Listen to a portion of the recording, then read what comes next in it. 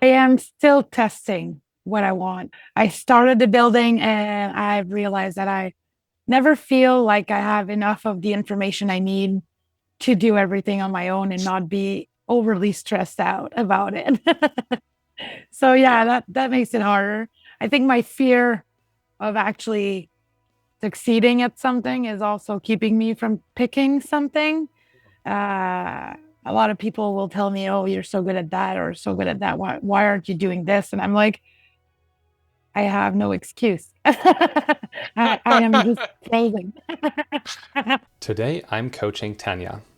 Tanya has spent years helping survivors of violence rebuild their lives in a shelter, in coaching, and in the books she writes. What she doesn't say out loud at first is that she's a survivor too. I built my life around this man, she says, the same man her books are now about. The 7-year relationship she just left was violent, and she's putting the whole story on pages. And that is what she's afraid to publish in the next book. Naming what happened on the page means facing. Naming what happened on the page means facing what comes after it. This session looks like it is about self-confidence, but underneath it is about something much harder. The right to tell the truth about your own life, even when someone would rather you stay quiet. We work on the board, picture cards, a few careful questions, and the reframe that lands. This isn't about revenge, this is testimony. If that's what happened, then that's what happened. Watch for the turn where the pain she's been carrying stops being something to fear and becomes something to use. She leaves with 3 promises: to be aligned with herself, to finally travel, and to finish her book. I'm Max, and this is Visual Coaching. Real sessions, no script. Well, Tanya, good to see you. Good to see you too. What topic are you bringing today? Mostly, I'm trying to gain more self confidence and to try to realign where I'm going in life and what I want to do. I've been trying several things and I've been experiencing a lot of personal things lately. So I'm just putting everything back into a melting pot and trying to see what I really want to do about it. So it's a mess, but it's a lovely Okay. mess and it's exciting because something new is coming out of it, but still scared. Still scared. Okay. Um, you say many things are happening. What are these many things? Well, I recently got separated from a 7-year relationship with a partner, which completely shambled everything in my life. I experienced a bad breakup with my last partner. And Yeah. so now I'm 45 minutes away.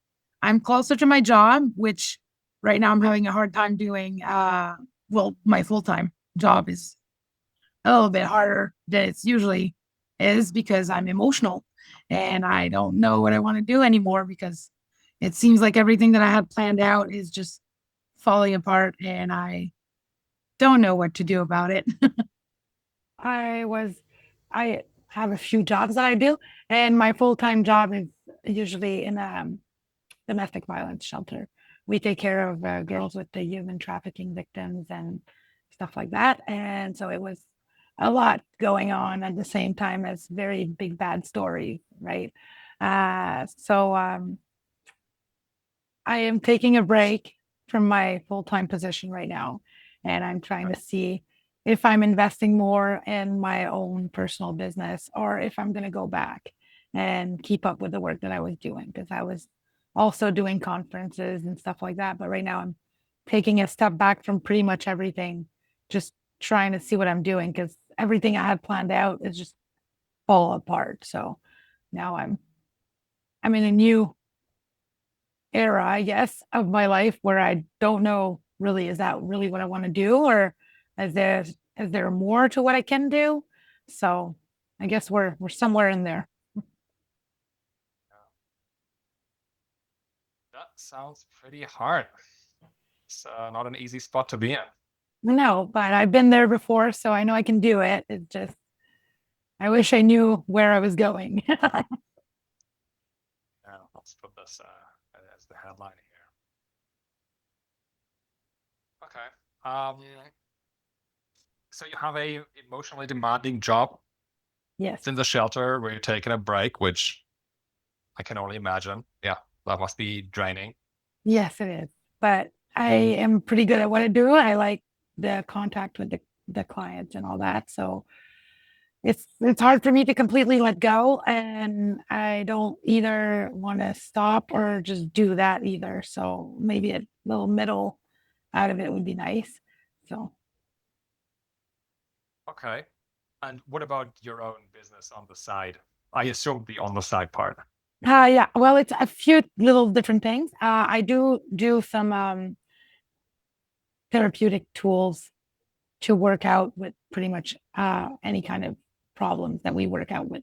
So it could be about their self-confidence, it could be about their self-esteem, could be about what they're going to apply for or help them with a job or, help them find a housing and then move their kids' school and find all the courses they need to take because we have lots of immigrants that need to take French classes or English classes so that they can be fluent, so they can find a job and get better into being in the area. But yeah, on the side, I wrote my first book this year and I self-published in October. So we're working on the second one, which is gonna be the follow-up of the first one. And I also do some one-on-one on Teams or at home. So some of the clients I go meet somewhere else. I have one of the ladies that I see every week. We go by the water. She likes to be by the water, so we'll do all her coaching sessions by the water, and she's enjoying that.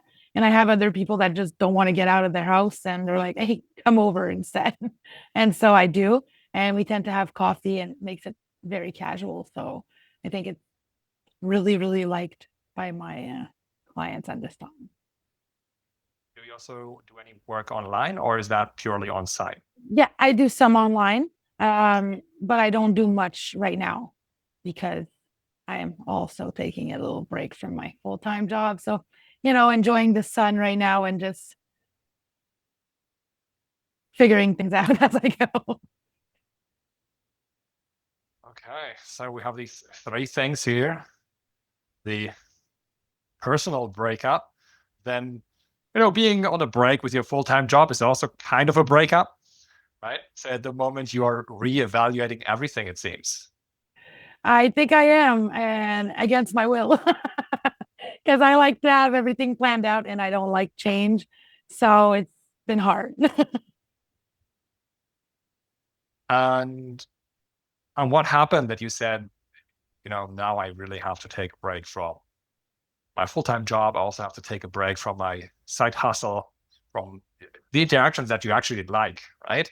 But there Yeah. was something too much, I assume. So what happened I there? think it I think it was all the emotional baggage that came with the breakup made it pretty hard, and it was on and off kind of thing for a very long time. So that played in, and it was hard for me to help the ladies that are having a hard time in bad relationships while I was realizing that mine wasn't that good either. So it was a little bit hard on my ego, and I put back into consideration that maybe I wasn't the best one to help them right now, because every time they would tell me their story, I would probably start to cry after they left my office, which I don't usually do. I usually carry on with my life. And I mean, I've heard all kinds of things, but yeah, ever since the breakup, it's been emotional every time I hear something pretty awful. That sense you're more sensitive now. Or how would you put that? I guess I am. Yeah, I'm more sensitive, more vulnerable, I guess. And I guess I feel shaken up because my plan didn't go according to plan. Yeah, you're saying some very strong words here. You're using very strong language. I'm scared. Everything is falling apart. I feel shaken up. Very unsteady. And I don't do okay, good very with unsteady. unsteady. Mm. I do very good with planning and very specific times for everything. So whenever everything shifts, it's like everything's a mess, and now I don't know where everything goes, and I don't know how to make it all happen because it was working out so good before, and now it just feels impossible. Okay, so all of the breakup is happening. You decide it is too much for you. That takes you off your job, your other routines, and that whole situation impairs your self-confidence. Is that kind of what happened? Yes, exactly. Okay, so kind of we go from here to here, and then we go back from here to here, and then we go back from here to here, more or less like this. No? Yeah, it makes a lot of sense to me. Right. Okay. So that's kind of the situation where you are right now. And the real question is, where does this arrow lead, right? So if we say, okay, now we have the self-confidence topic here, what comes after that? So if we go over here to the next page, basically in your life, imagine your life's a book, right? What do you want to happen? Where do you want to go, or how do you want to feel? What's important? Right now I'm having this white page syndrome that I have no idea, because I've built everything in my life to fit this man's life and his expectations of me. And although I do love what I do, and I don't think I can or want to do anything else, I also think that my capacity of always looking after everyone else and myself has been impacting what I want to do, because I don't know what I want to do, because I've always decided of a plan focused on whoever I was seeing or having in my life. So if it wasn't from my teenage years where I was trying to impress my parents, and then my first fiance, and then the father of my son, to that last man that I was with, and that I thought that was it. But it turns out it wasn't. And now everything that I was doing was pretty much to make him proud or impressed about me or whatever. And I know I can do way more, but I didn't feel like I could in that relationship, because whenever I published my first book, he looked a bit more like he felt inferior. And so I kind of kept myself from going any further with it, because it was giving him issues with his self-esteem, and I didn't want to be over him or higher than him in life. So I dimmed it down a lot, and now I have big dreams that I've never done and that I'm not sure that I want to do anymore. But there's also new things that are showing up, and I'm like, oh, well, that could be interesting. Like, I've never traveled before, so I know whatever this is going to imply needs to imply getting out of here and seeing other things, because I've been like stuck in my little box, and now all the possibilities are opening, and I'm like, oh, that's too much. What do I pick? And if I pick, is it going to be wrong or is it going to be right? So yeah, it's terrifying and exciting. Okay, so what I'm hearing is, on the one hand side, you have that focus on other people, which you clearly have also in your profession, which you also apparently have in your relationship, or had in your relationships. Yeah. This kind of over adjustment to others' expectations. That's how it sounds like. So, oh yeah. Then the second topic here you mentioned is that this actually kept you from following your own interests. Yes. So we have it like this. But let's paint an arrow over this. Sorry. Yeah, so that's not happening. Right. And now, see, that's where you're coming from. So this here, the past. Okay? Because now it seems that you're in the position to redefine that, right? In the present. Yeah. Where you say, there is so much to pick. And the question is really what to pick and how to get from here to there. And what is going to be in this box over here, right? Would you say that's a correct representation, or? I love it. It's very, yeah, I'm very visual, so I love that. Yeah. All right. How about we? It sounds pretty much right. Well, and how about we look a little bit more into the future, because we can connect the image like this, right? So we explain our life as we moving on from our past, right? Building on our past, but we can also imagine this being drawn towards the future. But for this, we need to know which future to create.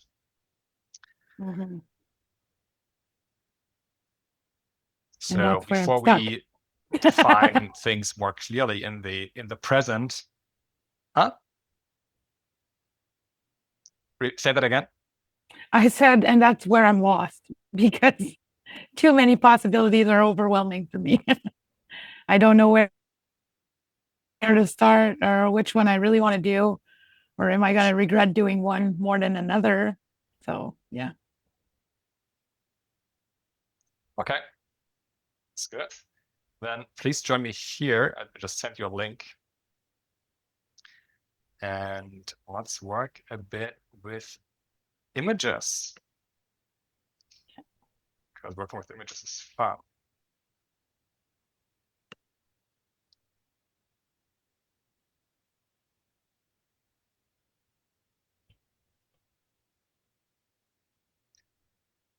And are you currently more like in a exploring mode, testing mode, or are you more in a building mode? You know, I want to build a certain thing. What would you say? I am still testing what I want. I started the building and I've realized that I never feel like I have enough of the information I need to do everything on my own and not be overly stressed out about it. So yeah, that makes it harder. I think my fear of actually succeeding at something is also keeping me from picking something.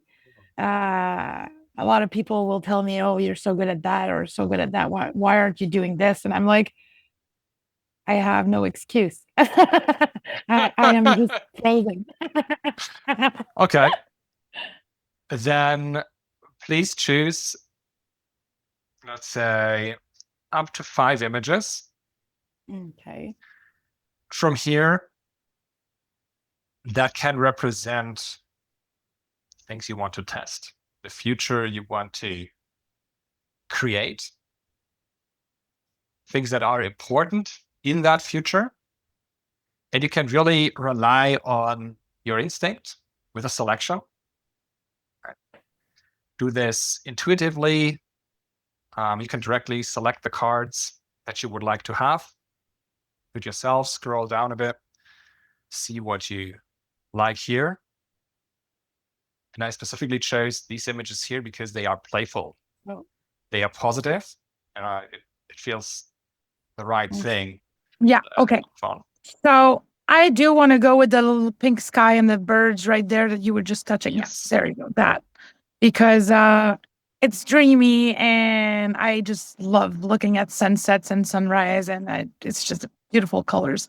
So wherever I go, I want to be able to enjoy that in the morning and at night.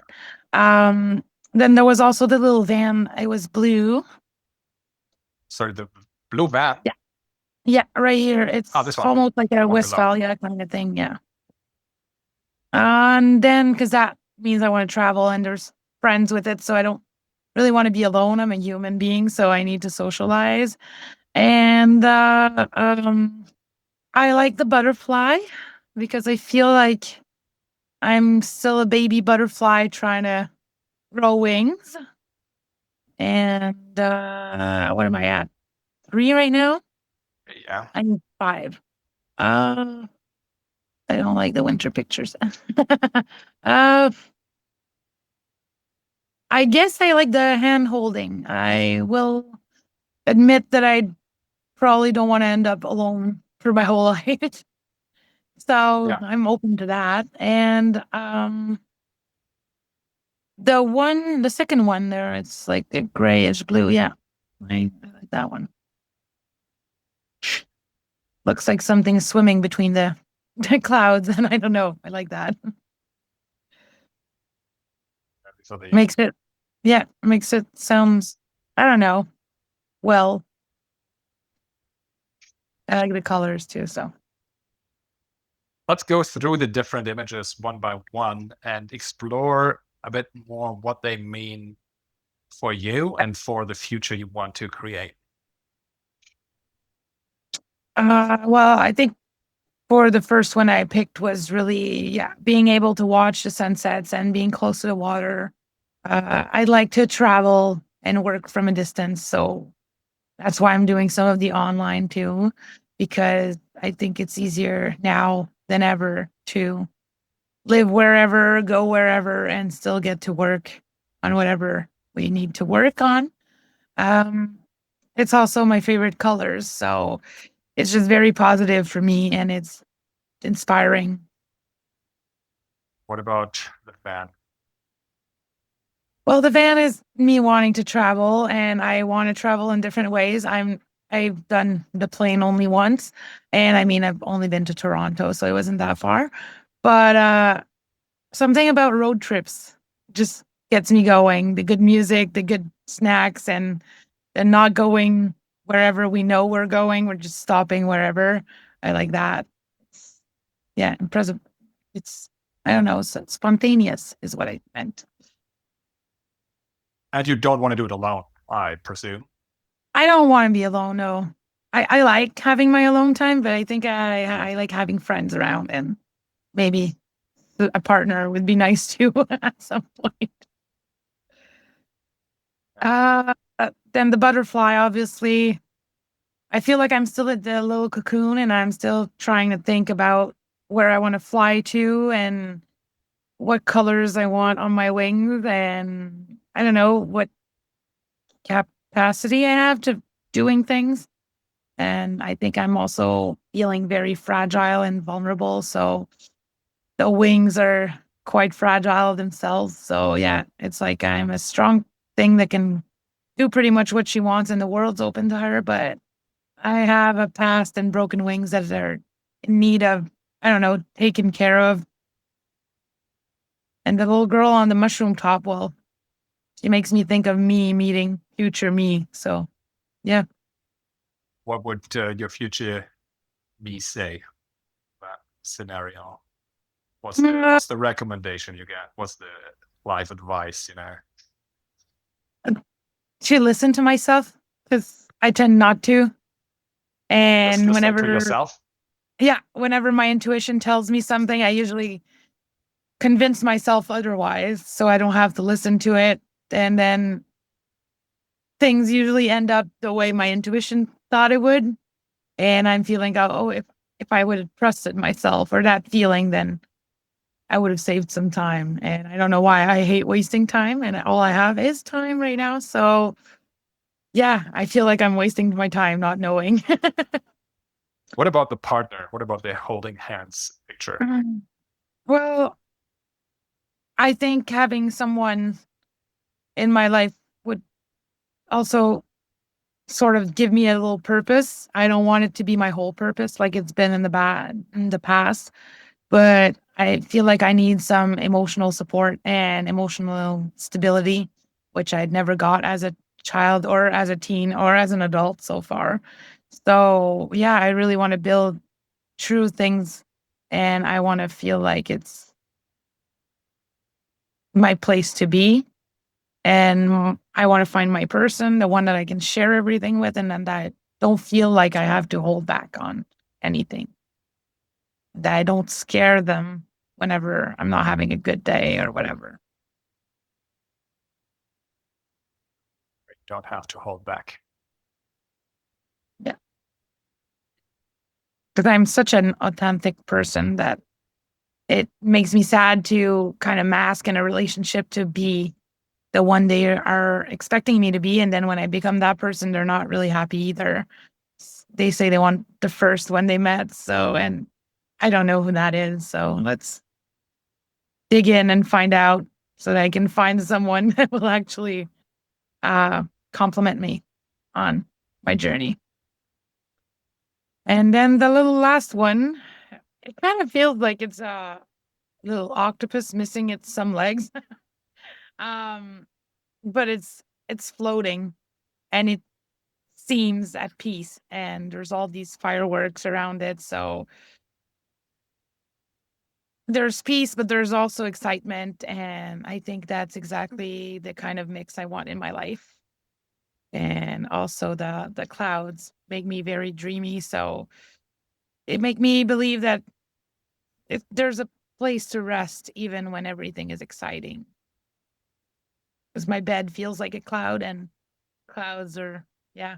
I bet I'd be comfortable sleeping on a cloud. From what you're saying, you mentioned the following themes. Traveling is definitely out there, connected to many different images, so that's very important. And then the second thing I'd say is the listen to yourself. Earlier you mentioned self-confidence. Listen to myself, maybe.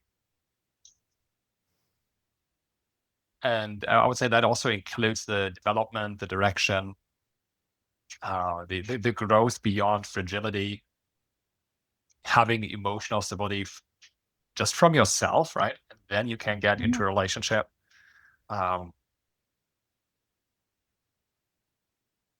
Any other topic that you say that's not represented by these two, traveling and listening to yourself, listening to myself?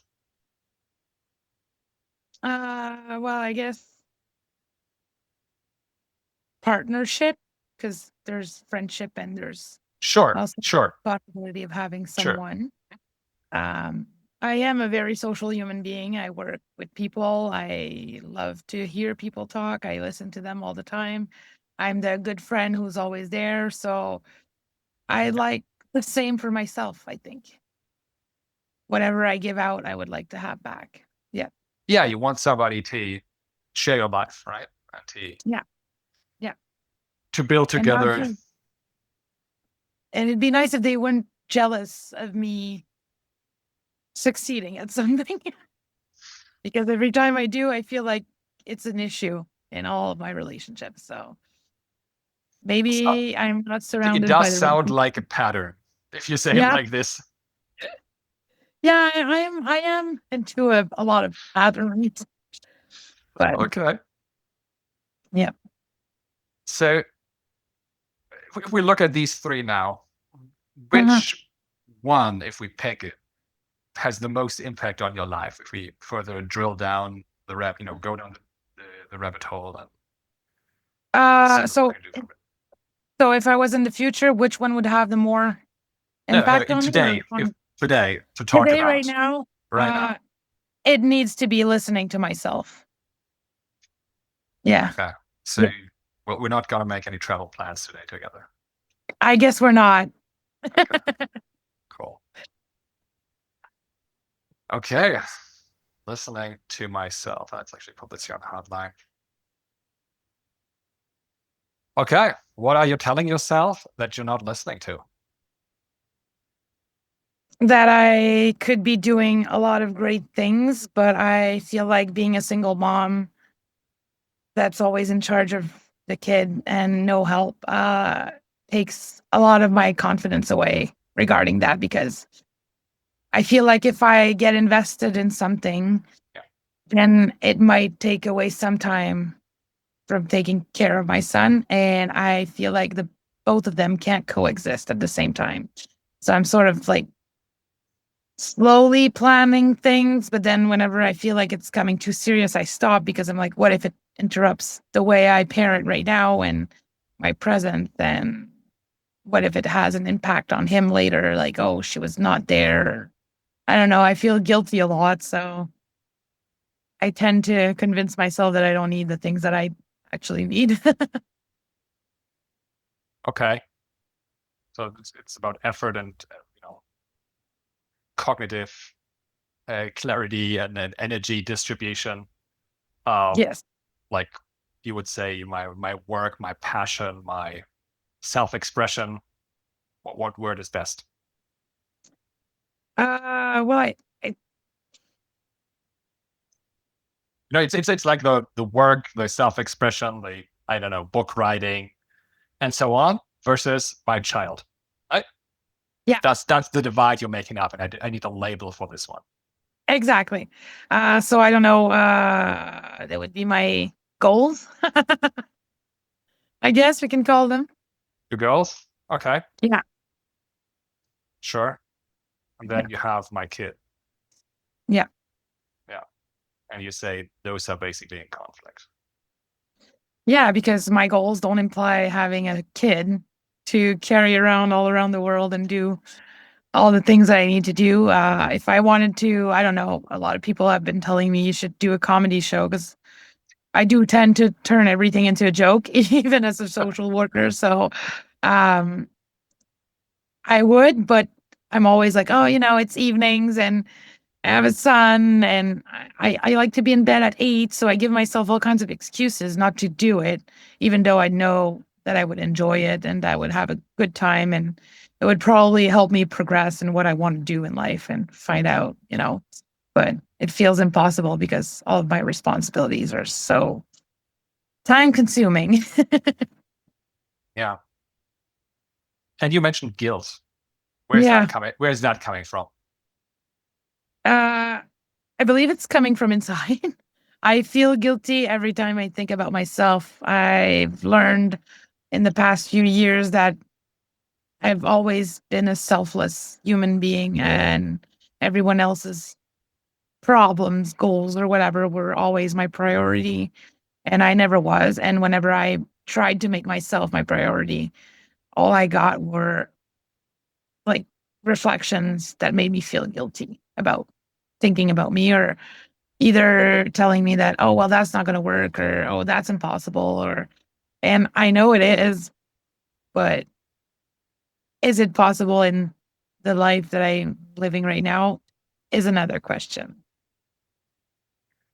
So what you're saying is this is about boundaries, because making everybody else's problems your problems is definitely overstepping boundaries.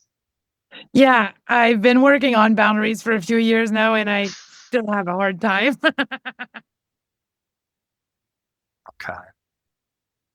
And so which situations do you feel guilty in? Often people feel guilty, they say no to others, for instance, right? But it doesn't seem to be the case here. Or maybe it is. So tell me, what's the situations, very practically speaking? It used to be a very big problem. I am working on that though right now. I'm saying no more and more. But it's mostly to I don't know, schedule.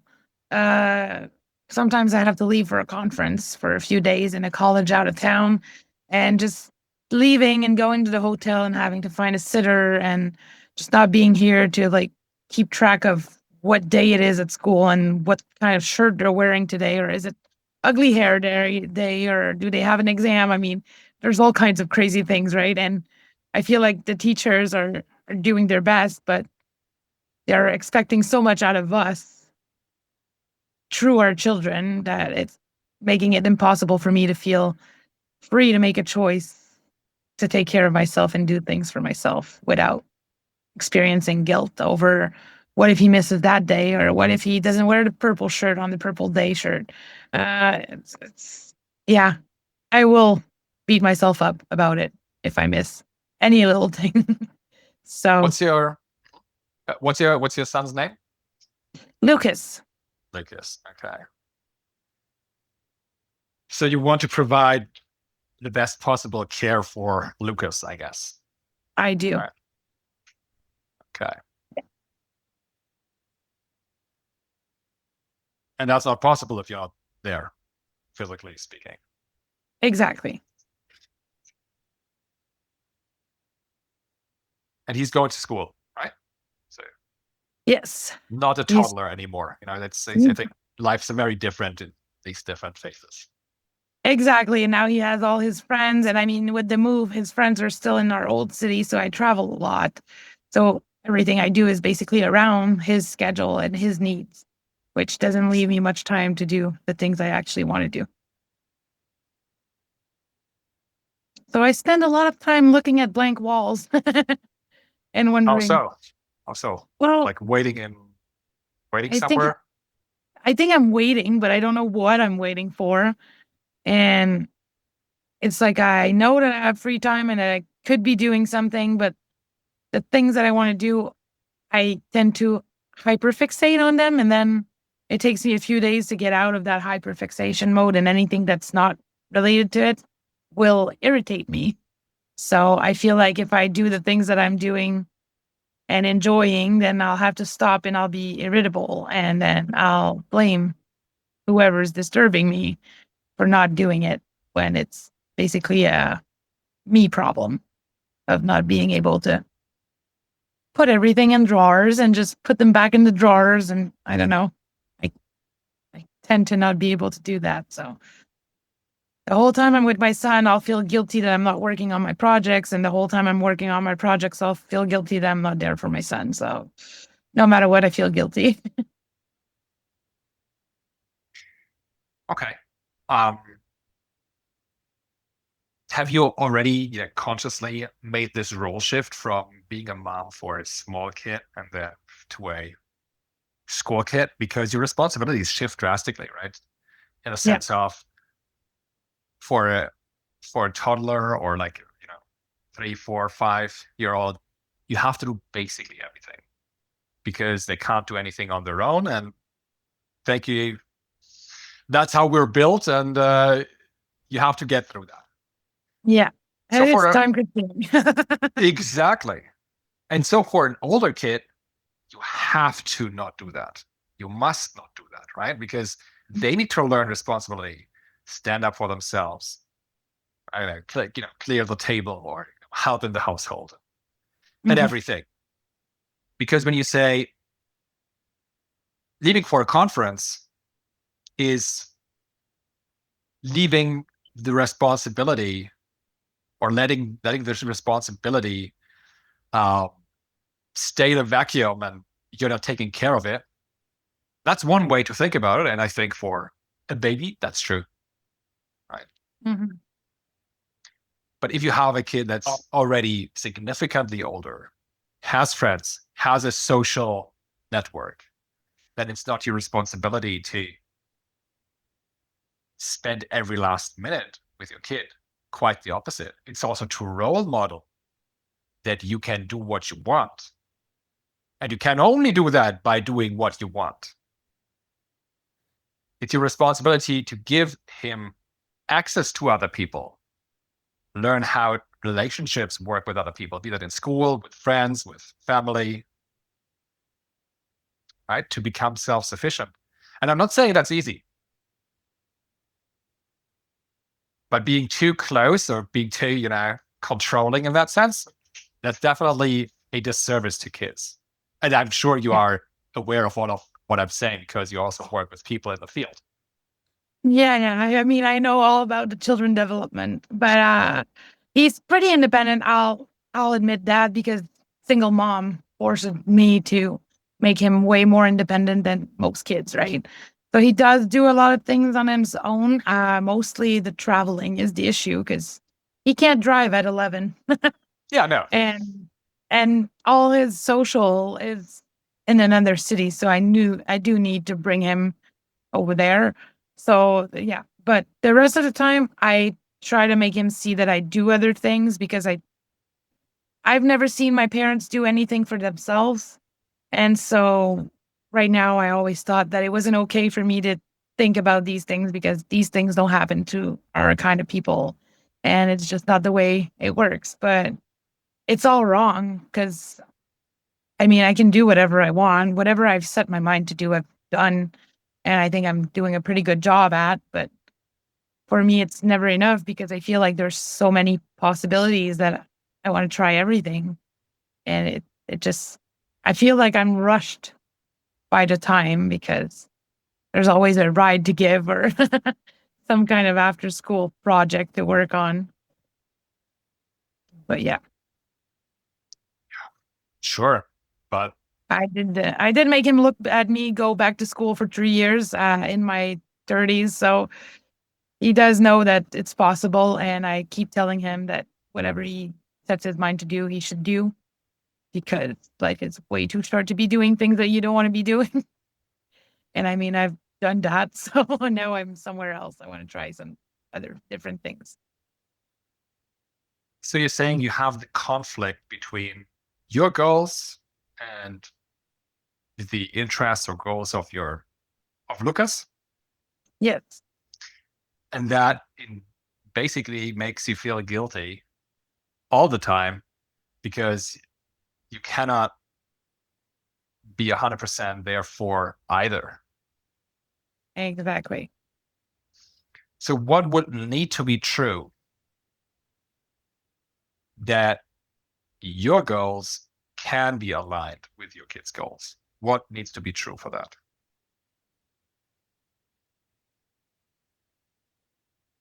I don't know. I mean, I guess I wish I would have uh he's coming to school in our new city next September, right? So he's finishing class in a few weeks. I'll have my whole summer probably going back to my full-time job and working on my side projects. And he'll be living his best life because he's a kid and he's 11. I mean, it's probably the last summer that he's going to spend playing in the parks, right? So to me, that seems realistic more this summer because I don't have all the traveling to do. So yeah, the traveling is pretty much my only, it keeps me from everything because I always calculate, well, I have to leave at that time. I'll be back by that time. And then this is what I do in between. And that doesn't leave me enough time. And there's no other solutions than me going to get him or me dropping him off.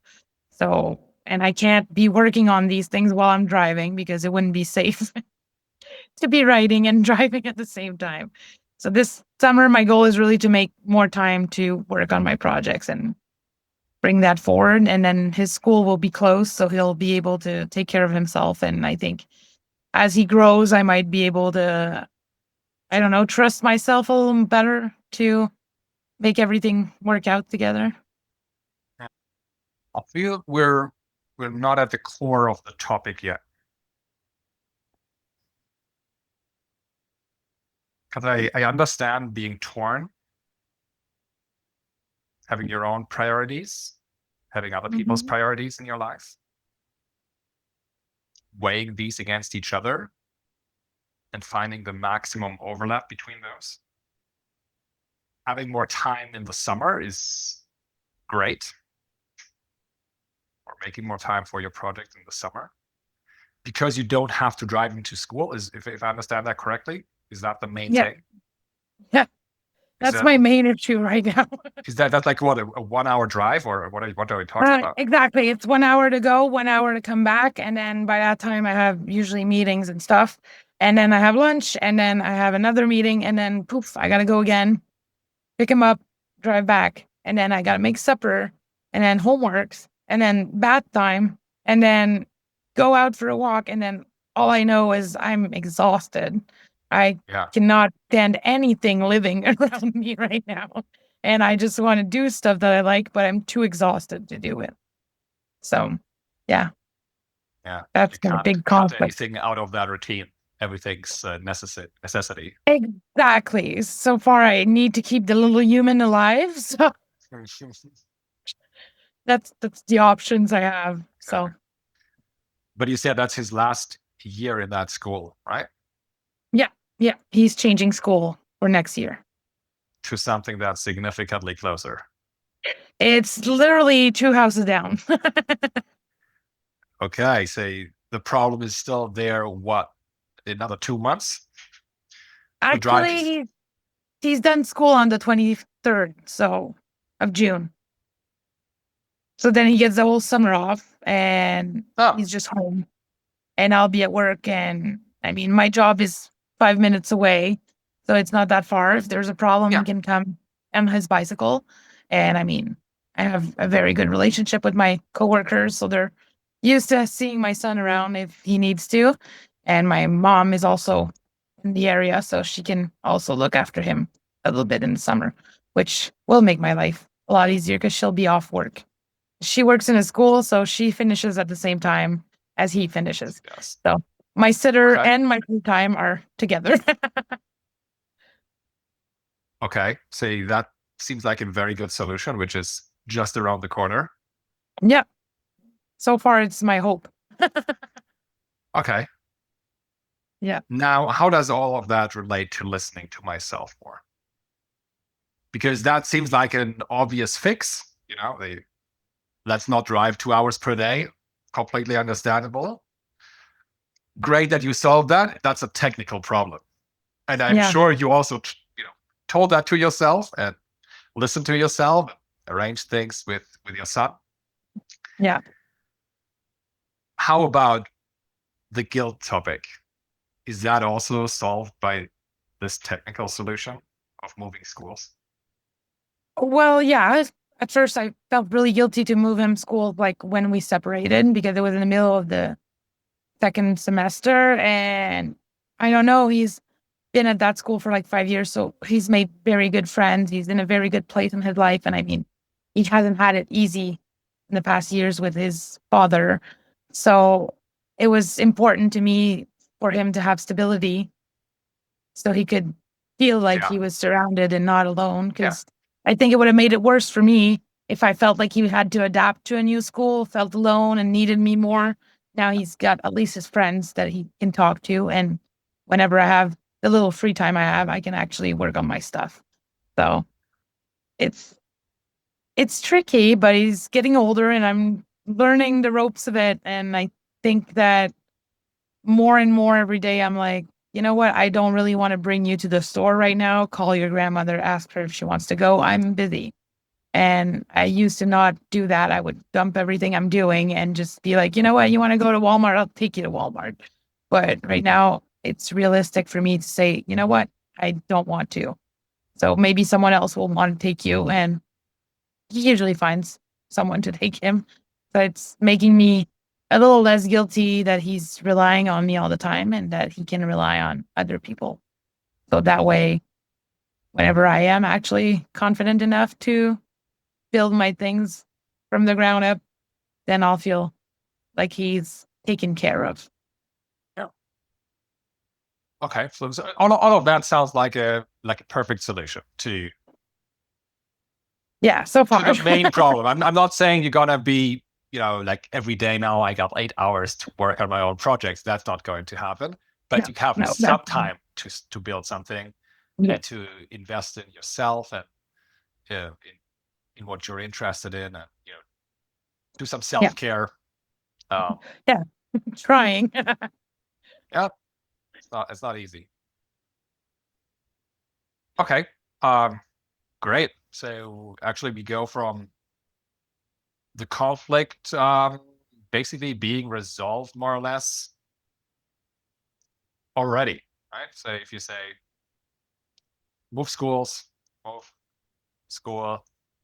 less drive. Okay. I guess that's already there. In my head. In my head, it's perfect, and it works out. I don't know how it's going to be in reality, but I'm expecting a few setbacks, but not that bad. Yeah. I mean, 11 is not 3. So, there's a big difference. And I think that he's got his own projects too that he's working on. And I think that Exactly. seeing me doing my own things is actually going to be helping him in the future. What other things should you listen to yourself more? Well, I have a tendency of just taking care of people who don't reciprocate that energy. And I now try not to do that. Whenever I feel like I'm not being respected or treated well, I now decide to leave the conversation or the area I'm in because it's not good for me. I'm not feeling good in there. And there's something else somewhere else that's going to make me feel the way I deserve to feel and be. So sometimes it's a relationship I walk away from. Sometimes it's a job offer.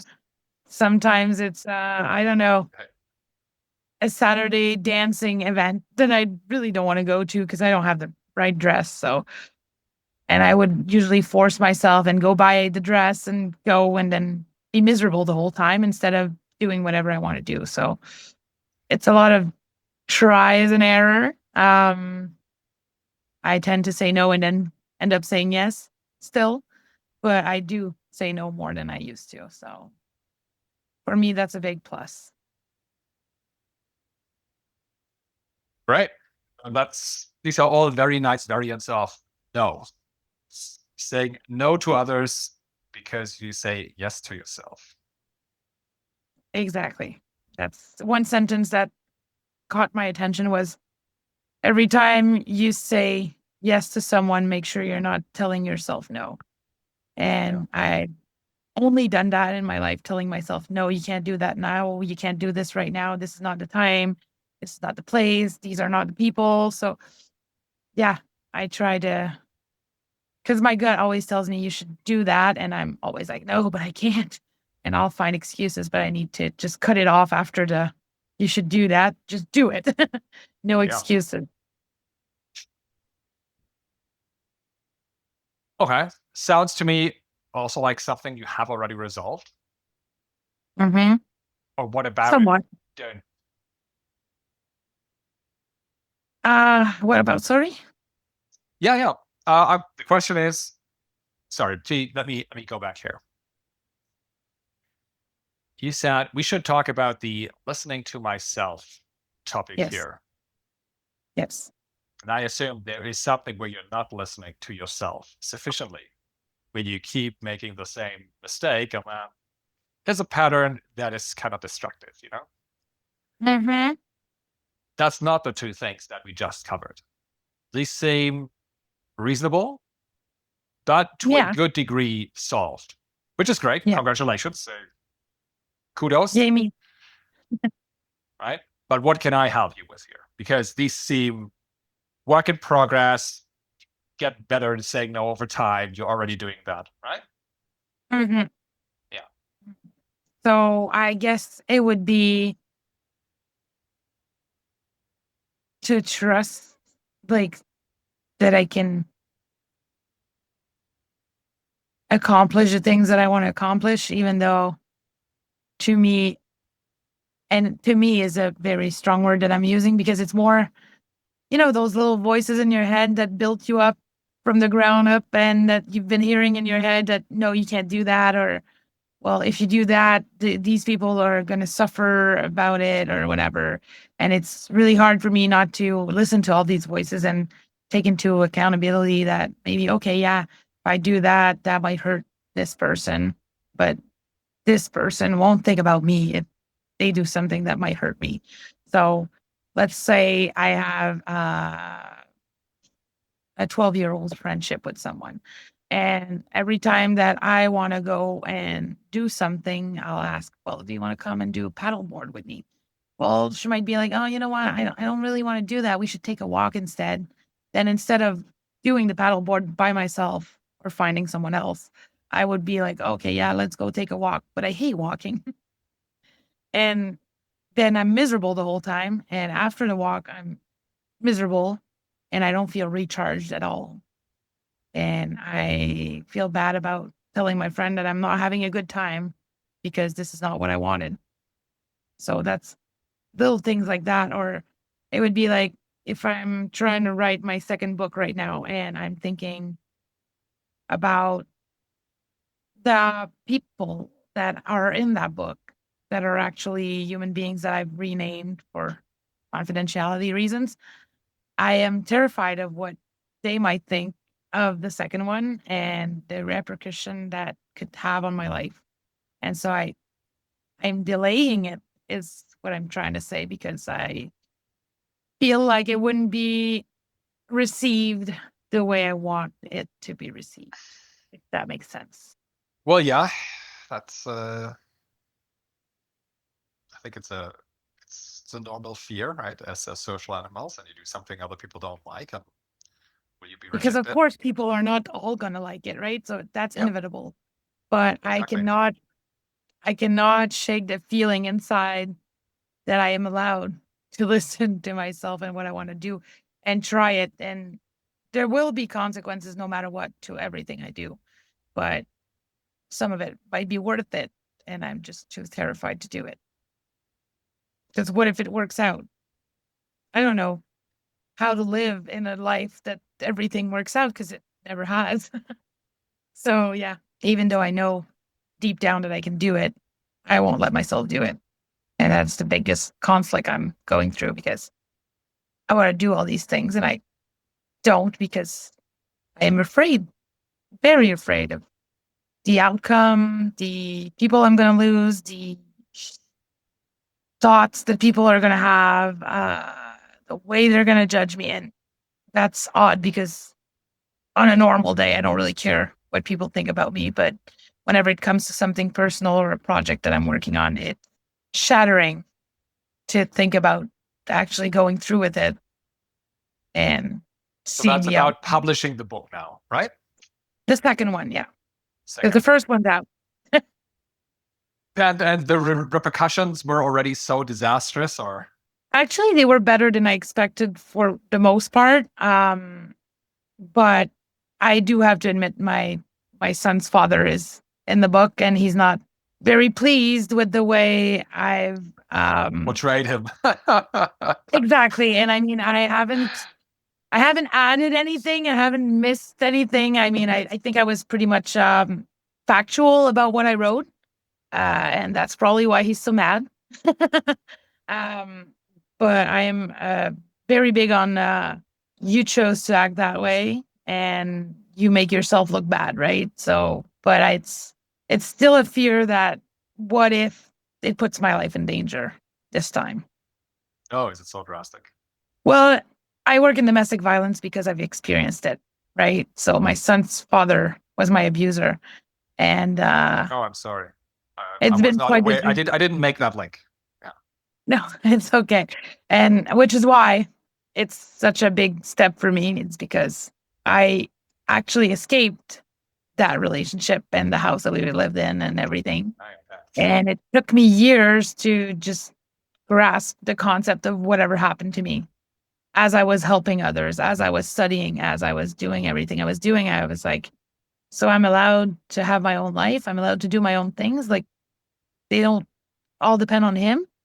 And if he doesn't want me to do it, I can still do it. But what's going to happen to me then? Right. So it's not just a fear of succeeding. It's also a fear of, oh, nice, I succeed and now I die or something like that, or he takes, I don't know what kind of moves he could be making, but some people are a little more reckless than I am. Okay. So basically, that's also what you're writing in your book about. Yeah. The first book was basically up from when we met to when I had my baby. And then it closes on that. And then it gets worse once the baby's born in my actual life. So it does in the book too. And the first book, from my entourage and all that, it was well received. Of course, lots of people told me about the crying and the needing to stop often because it's so raw and it's so rough. And but I think that the people that I have around me have the capacity of understanding the cycle and all of the things that come with domestic violence. And so for the clients as well, it was beneficial for them to read it. But for the actual person who's, the antagonist in my book, yeah, it might not be fun to be like confronted that way, but it's more my vision of the story than his. So maybe in his head it went differently, but in my head, that's exactly what went through my mind at that time. So there's a part of truth that I've never admitted to myself in those books. And I think that's why it's so scary. And you're publishing this for yourself, like to, putting that part of your story out in the open to redeem yourself from it in that kind of sense? Or is that because writing a book, I know you don't make much money, but you make some money, depending on how good a writer you are. I don't know. So, or what's the main objective here? The main objective was actually, I had no objective when I wrote the book. It was a mistake, actually. Well, no I used to write a lot. objective, at least. Yeah, well, I guess I used to write a lot as a child and as a teen and whatever. And then I met him and I stopped writing because he would use it against me. And so I went to therapy and had all the kinds of EMDR, eye therapy, and, compartmentalizing everything. And it was just a lot. So I put it down on paper to help me throughout the therapy. And then rereading it, I found some peace in putting the story back together and putting the missing pieces together. Just doing a timeline of actually what happened, and it somehow freed me of all those bad memories and nightmares that I was having back then. So yeah, it was more liberating than for any other reason. And I wasn't planning on sharing it, and I wasn't planning on selling it.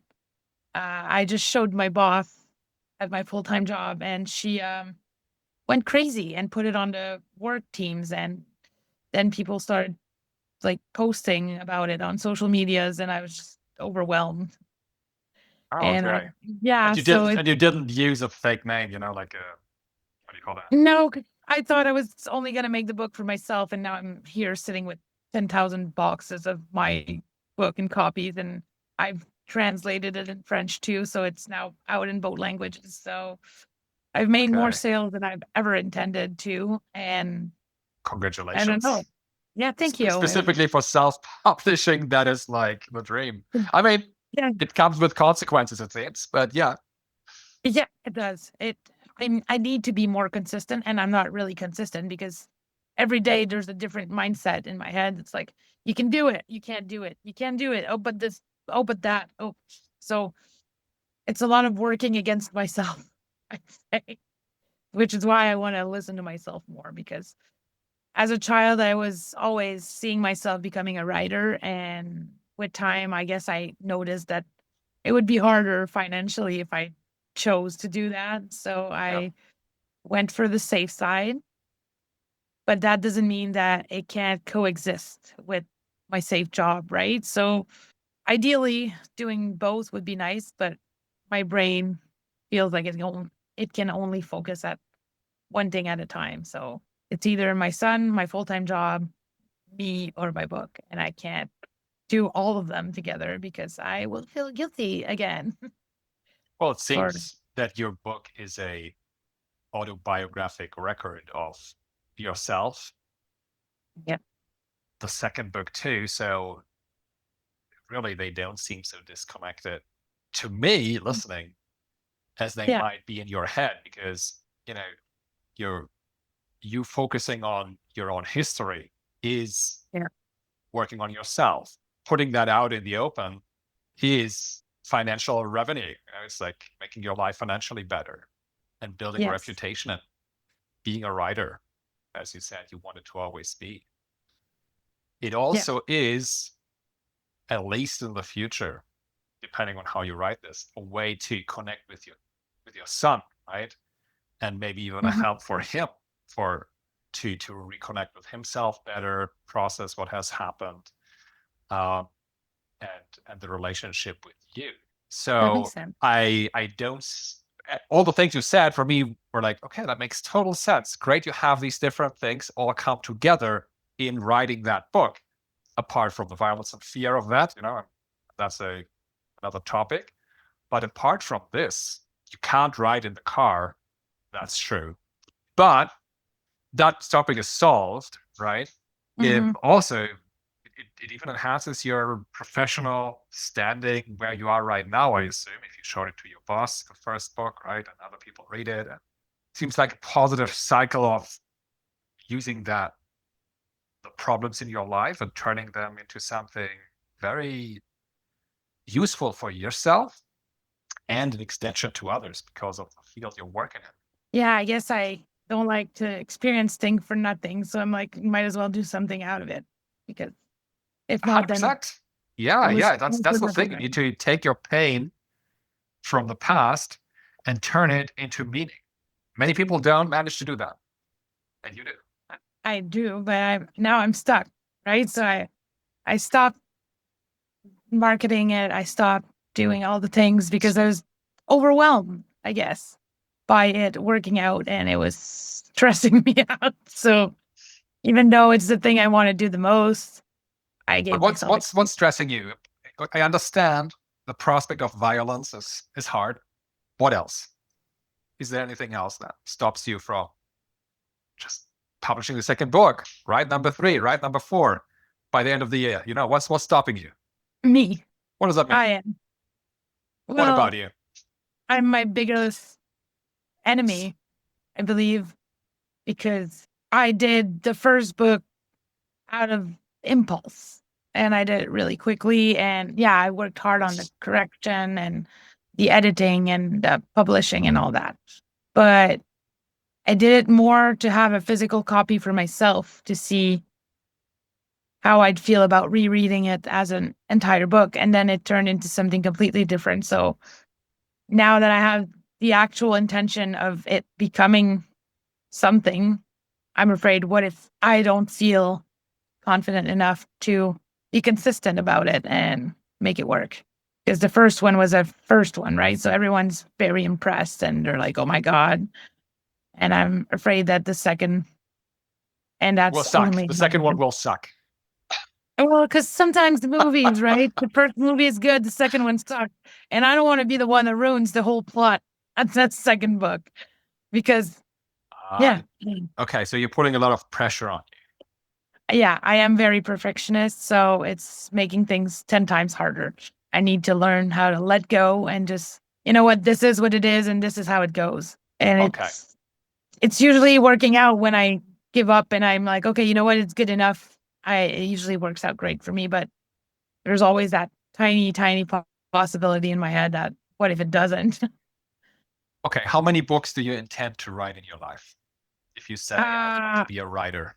I would like to write several, like probably more than 100. Great. You're not going to live 100 more years. I'm not, so that's not happening. It's too late now. No, yeah, the 100 years is not happening. 100 books is definitely possible if you're, for some people, I'm not saying that. Yeah. I couldn't. Like, fine. I also don't want to be a writer. You know, that's not in my personal deal. But you want to. Yeah. So the only thing you need to do is write a book every half year.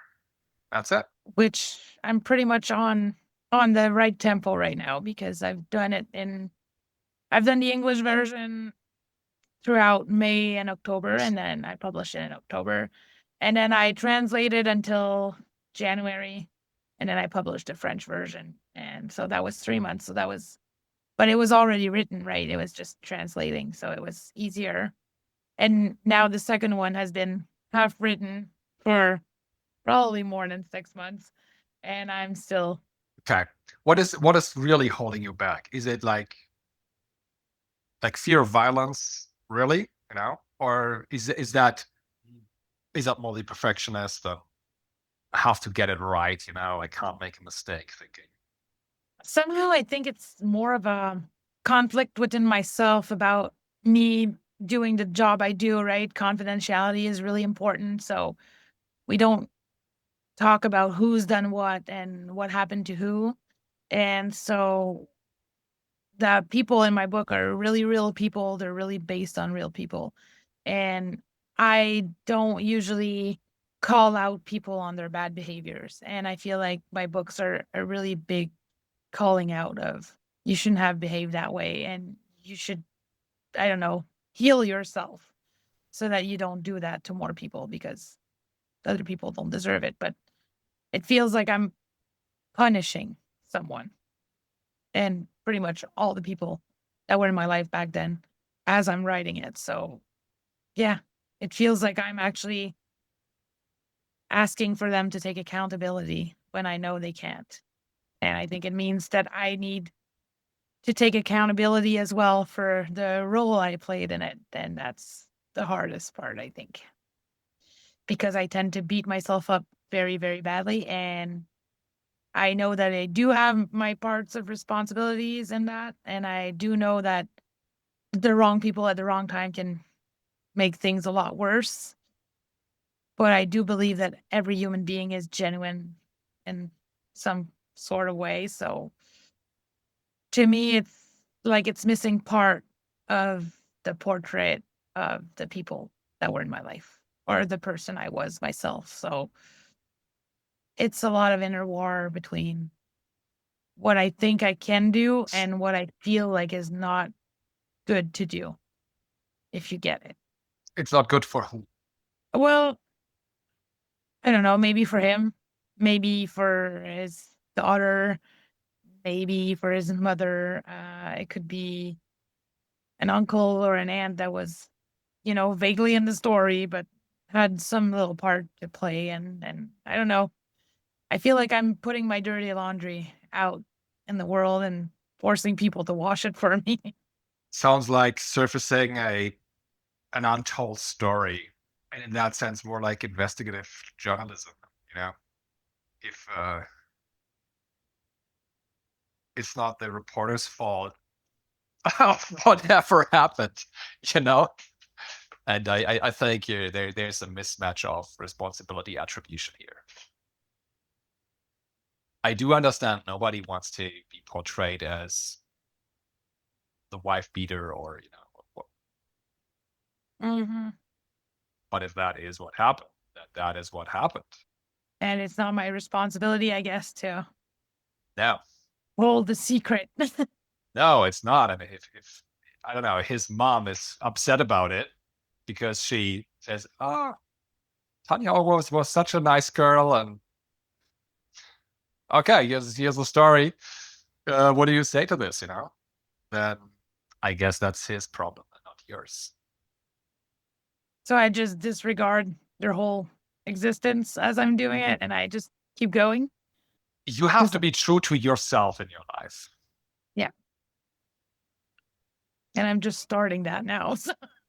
And if that means you write about your own history and show within that also the ugly part of some people, then that is how it is. It's the price to pay, right? So yeah, I guess I could do it. I guess I could start correcting it and make a plan to actually publish the second one. And it's gonna be exhausting, but I think I can fall in love with the process again the way I did the first time, because the first time was so exciting, right? It was all brand new and I was trying things and it wasn't always working out, and then I would abandon for a week or two and then I'd get back to it.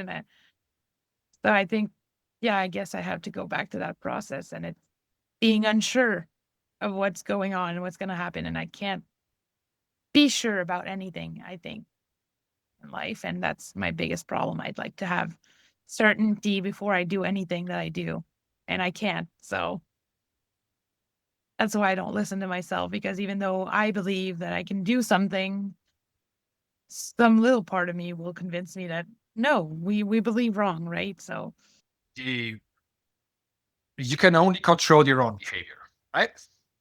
And take responsibility for that. And you can't do that for other people. And you can only prove to yourself that you can do it by doing it, which you have done. There is, if you ever needed proof, you can't write a second book, is that you have written the first one, right? So, past behavior is the best predictor for future behavior, right? Mm-hmm. So Should I I stick to guess my you think you don't get me wrong. I see this as very emotional, loaded topics. You breaking out of your cocoon, it's like scary, showing yourself vulnerable. All of that it feels scary, but probably it's just feels scary because you haven't done it in that way before. You haven't dared to live up to your potential, let your light shine, or these poetic descriptions. Yeah, that makes sense.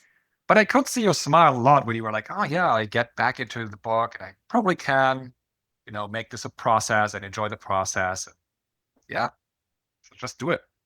And while I'm doing it, I'll just keep doing it. And then at some point it'll be done and I'll be like, oh, I did it. But yeah, I get to listen to myself every day and not listen to the part where it's trying to convince me that I can't do it, because we all have those days, right? But of course, yeah, there's the bad days and the good days. But there's also, the fuck your mood concept. So just make a plan and stick to the plan. and what if the plan doesn't work out as planned? Well, what does it even mean? Worst case, you publish a book that nobody likes, not even your colleagues. And then I know. Move on. Yeah, move on. Then you have a rough day and life is shitty for 2 weeks, and then you write your third book. So I just keep going. Of course. Don't get me wrong. Writing a book is hard. But if your objective is writing 100 books, I'm sorry. The second book's gonna be shit compared to the 100th book. True. I have to admit that I have to be okay with the fact that it's not always going to be up to my standards, right? Yeah, and specifically not to other people's standards. Yeah, definitely. To yours, it should be sufficient. Sufficient. So we're not aiming for perfect. Sufficient. No, for sure. Perfect is not good. Sufficient. I'll keep that in mind. Yeah. So acceptable. Maybe even beyond acceptable. Oh, beyond acceptable. That's great. No, you're right. It's a nice mindset to have. Yeah. And I think it's going to make it easier for me to listen to myself, to think of it that way, because I think mostly when I don't listen to myself, it's because it's in my head, it's not going to be perfect. And so if it's not going to be perfect, why do it at all, right? But if you don't do it, then you're right. I won't get to my 100 book and it won't be as good as I want it to be because I won't have experimented, I guess, before, right? Yeah. And it's at all incredible that your first book got any attention from anybody at all. I think that's the thing that is weird in that story. Not that nobody is going to read your second book. It's that somebody, more than 2 people, like your mom and your best friend, they read the book, but that there are more people than those 2. That's a miracle in the story. And the rather normal thing is that you just keep writing books, and the first 10 are okay, I guess. That's the reality, I think, that you need a little bit of accepting. The first 10 books, you can't expect to make any money. You can't. This is all just practice. Makes so much sense. Right? How often have you fallen down for, learning to walk? Like 100 times? Probably more. I still fall down. Congrats. No, I guess you're right. Yeah. It's probably the way I was looking at it that was the problem. That's why. Yeah. Don't try to replicate the success that you had. That's not going to happen. It's a new one, right? Well, you don't know. You have to let go of the outcome. You don't know who's going to like the book and hate the book, or ignore the book, not caring. If you map it on the on a global scale, like nobody cares, to be fair. If you map it against the eternity of time, nobody cares, right? So Significant. Yeah. that's a very freeing way to think about it now. It is actually. It's something Nobody to cares. start. Nobody cares. In a very positive sense, it's in 100 years after your death, nobody knows that you have existed. And nobody will remember. And that's fine, because they're other people and they have their own lives. And so you're free to do whatever you want, because it's... But am I? Within your limits. Within your limits. Not while you're driving. Well, I could be using voice memo and just recording vocals, which I sometimes do if my mind is really into an idea and I have to put it down right now. Yeah, and you just transcribe it.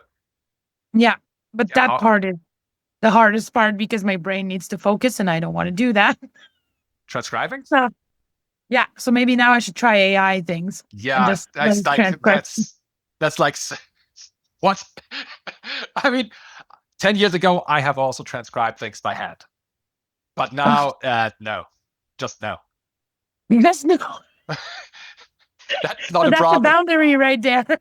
Yeah, no. Nobody got time for that. I would have made time for that. See? AI can solve that 100%. Just spend $5 per month on a transcription recording app. You're right. See, it's only excuses I'm giving myself not to do the easy things, because why make it easy when you can make it so much harder? How would you feel if let's put ourselves in the scenario. You have written the book, you have published the book. It's, I don't know, end of September, or what's your deadline? I'd love to be done writing and correcting and editing by the end of the summer. Yeah, so beginning of September for sure. That'd be nice. Okay, so let's say 31st of August. Yeah. How do you want to feel, or how will you feel? Not want to. How will you feel when it's the 31st of August and you say the book is, what do you say, written and corrected?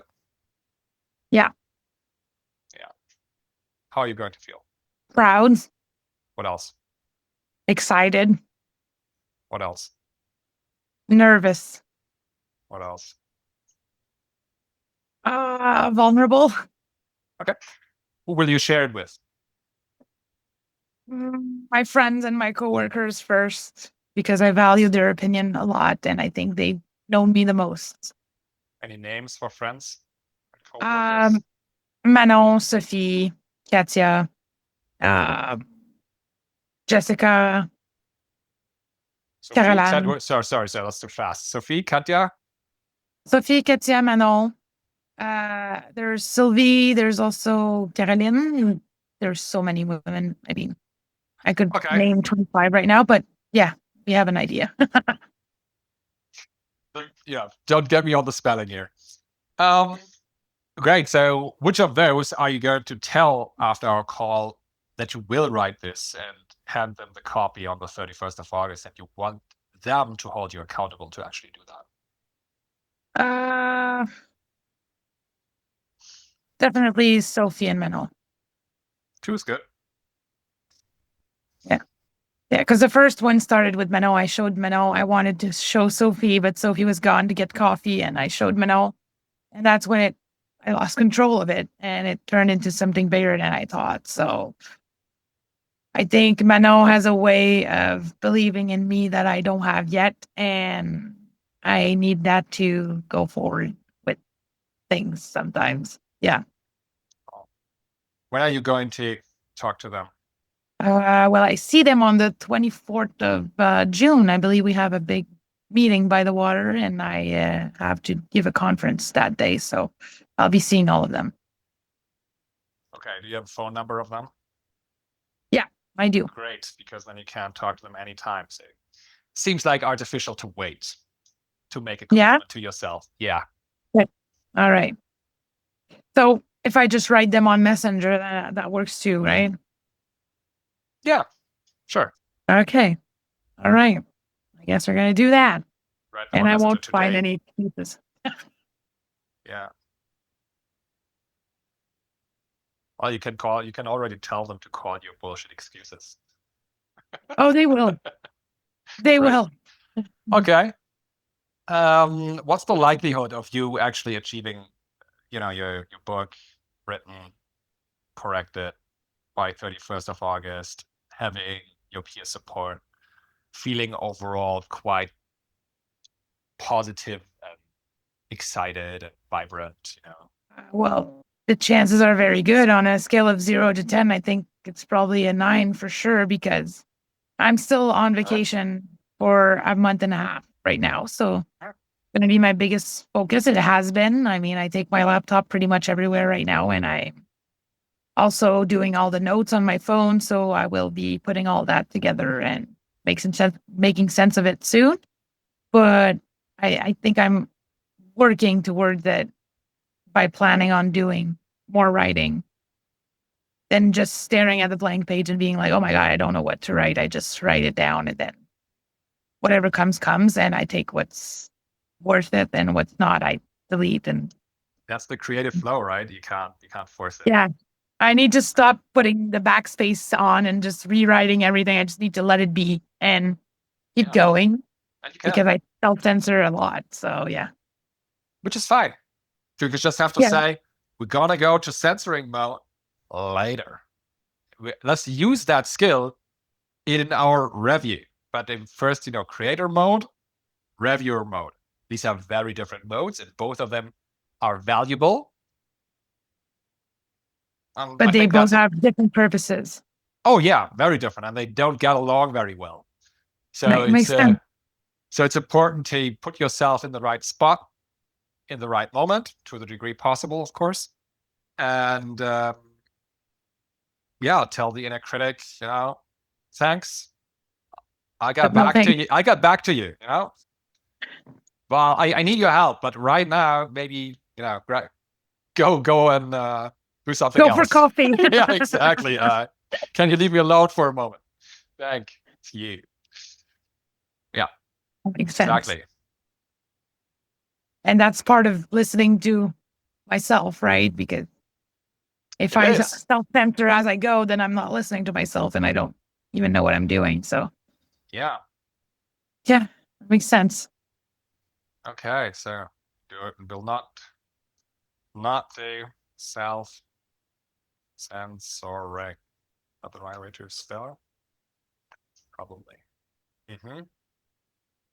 So we have the creator mode, creator, the reviewer. They can have a very harmonious relationship within you if you manage them well, because both of them have their purpose. You don't get anywhere without the creator, and you don't get anywhere good without the reviewer or the critic or the perfectionist. So I can't skip steps. I got to go through each stage when it's their time, and not try to do all at once. No, not at all. I don't believe that works very well. No, it's not working very well. So let's try it your way. So also from my experience, I'm very conscious when I'm in creative mode.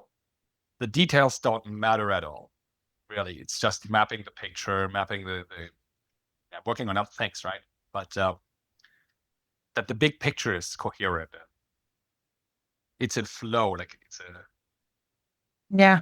right? Yeah. And then as a reviewer, I can be like, but here, I don't know, wording. Let's run that through the calculator. Does it actually make sense? Makes a lot of sense. Yeah, I think I'm going to try that for sure. Yeah, different days. I recommend different days, not only like 1 hour this, 1 hour that. That's a hard. Exactly. Yeah. Let's finish it, then do that, and like next week we're doing reviewing or whatever, and that we'll separate the both of them. I think that's a good plan. And then I have a different eye looking at it when I look back on it. Then. Oh, so that gives also some inner peace to both these inner parts. Yeah. So time's gonna be there, no worries. And Makes then, sense. yeah. And then that inner part can also shut up in the right moment. Great. So, but you already said a 9 out of 10, and that's already good. Anything that is missing to get it to a 10 out of 10? I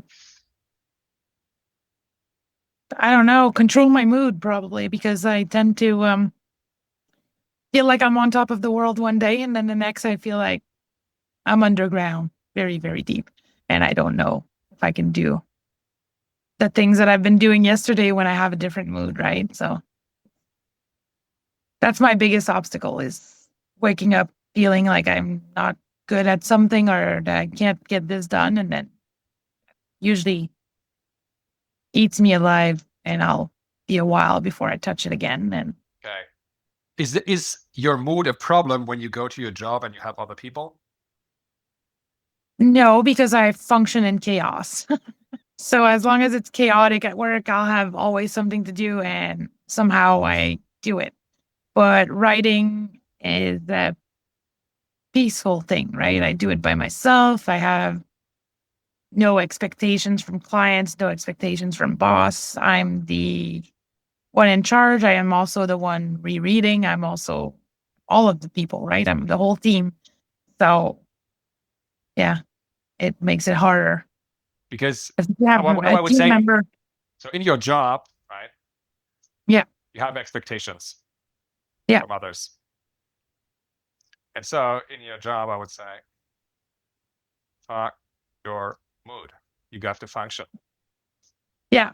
I'm sorry, but oh no, I woke up and it was grumpy. I'm not going to change the emergency of this little girl wanting to end her life. Yeah, I get it. Yeah, I get thank you. So there is reason, and there's validity, is what I want to say, in controlling your mood and getting up, getting a coffee, putting on, I don't know, some music if you want for writing, getting into it. But there's also another part, which is like, you do this here because not doing it has consequences. Yeah. Right? Yep. And also, I promised I would. It's that simple. These are the two main factors. Yep. The cost of not doing is too high. And also, you made a promise to somebody else. So it's the same thing. Yeah, it's the same thing. 100%. It's the same thing. You just accept that it's my own expectations. Yes. And it's also my own consequences. If I don't do it, then it's not done, right? By the time I want it done, and then I can't go any further. And I told myself I would do it, so I might as well do it. Because holding a promise to myself should be as important as holding a promise to an employer, right? Yeah. Am I getting smarter? I think that's a very good answer. That's you get 5 stars or stickers. Maybe. So yeah. Overachiever. I needed the 5 stars. So I think the way you put it, that's the thing here, to hold the promise to yourself. That is the thing. And that is how you also, and let's circle back to the beginning, build self-confidence. That is how you build self-confidence with anything, really. By holding the promises I make to myself. Yeah. Because then you actually believe yourself. It's very simple. And I can trust myself. And you can trust yourself. Yeah. That's it. So it's the same thing if I say I promise I'll go to bed early tonight and then I don't go. 100%, yeah. Well, either don't promise or, do it. I guess I'll have to apply it everywhere. That would be a good idea. Mm-hmm. And you have shown that in your professional life. You can do that. Yeah. Oh, yeah, I can. For anyone else than me, but I have to do it for me now. Well, you're not only doing it for you. Building a career that enables you to do great things is good for you, but it's also good for your son.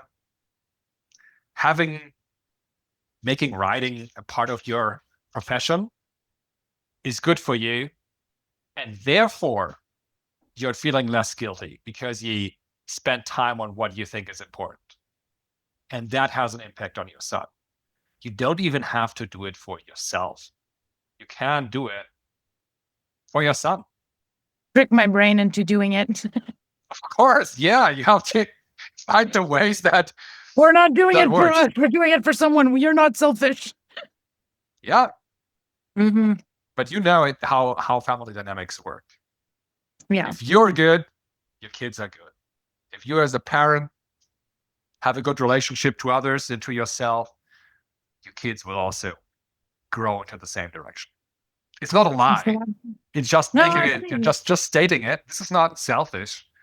This is, by taking care of yourself, you take care of your son, you take care of your broader surroundings, right? The influence that you have on other people too. But I mean, your son is like the thing that you have responsibility for, or the person, sorry, not thing, the person you have responsibility for in your life. Yeah, that is eye-opening, actually. I never considered that all the things that I wanted to do just needed that I promised myself to get them done, then that way it would get done. Because I always hold my promises to everyone else, so I should be able to do that to myself. Don't overpromise. That's also important, right? But yeah, I won't promise that I'll write 50 books this year, but exactly. So I think I can manage one. So you have another promise to make. So we already talked about the book promise, and there's another promise to be discussed here, which is the traveling promise. Yes. Let's, I think that somehow seems like an easy one now. So let's maybe talk about the travel promise. What is your travel promise? That I'll get my passport done before January because I want to go to the Bahamas with my sisters. And it would be my first time out of the country. January. That's like half a year. I know. Okay, what's keeping you back from having this done like it? Well, the tickets are bought for January. That's why.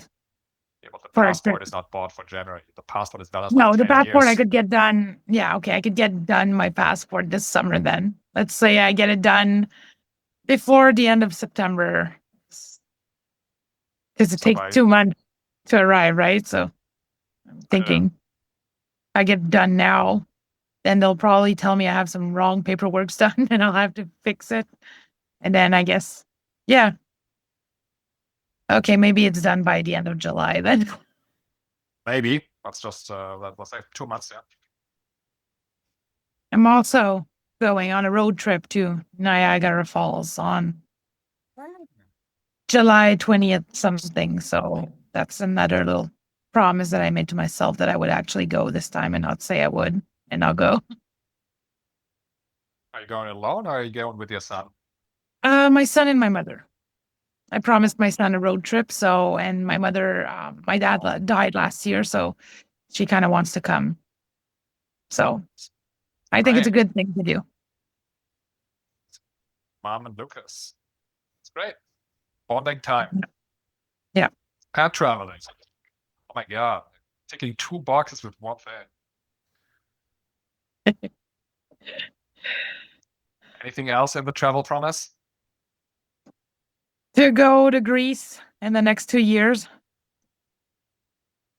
I want to go and see Santorini, and I want to get to know their culture and experience their weather. And I don't know, it's the one place that I am really called to go to in my head right now. Yeah, the blue houses, blue and white, you know, the scenery. Beautiful. Yeah, I only know postcards. Well, I have friends that went this year and made me quite jealous.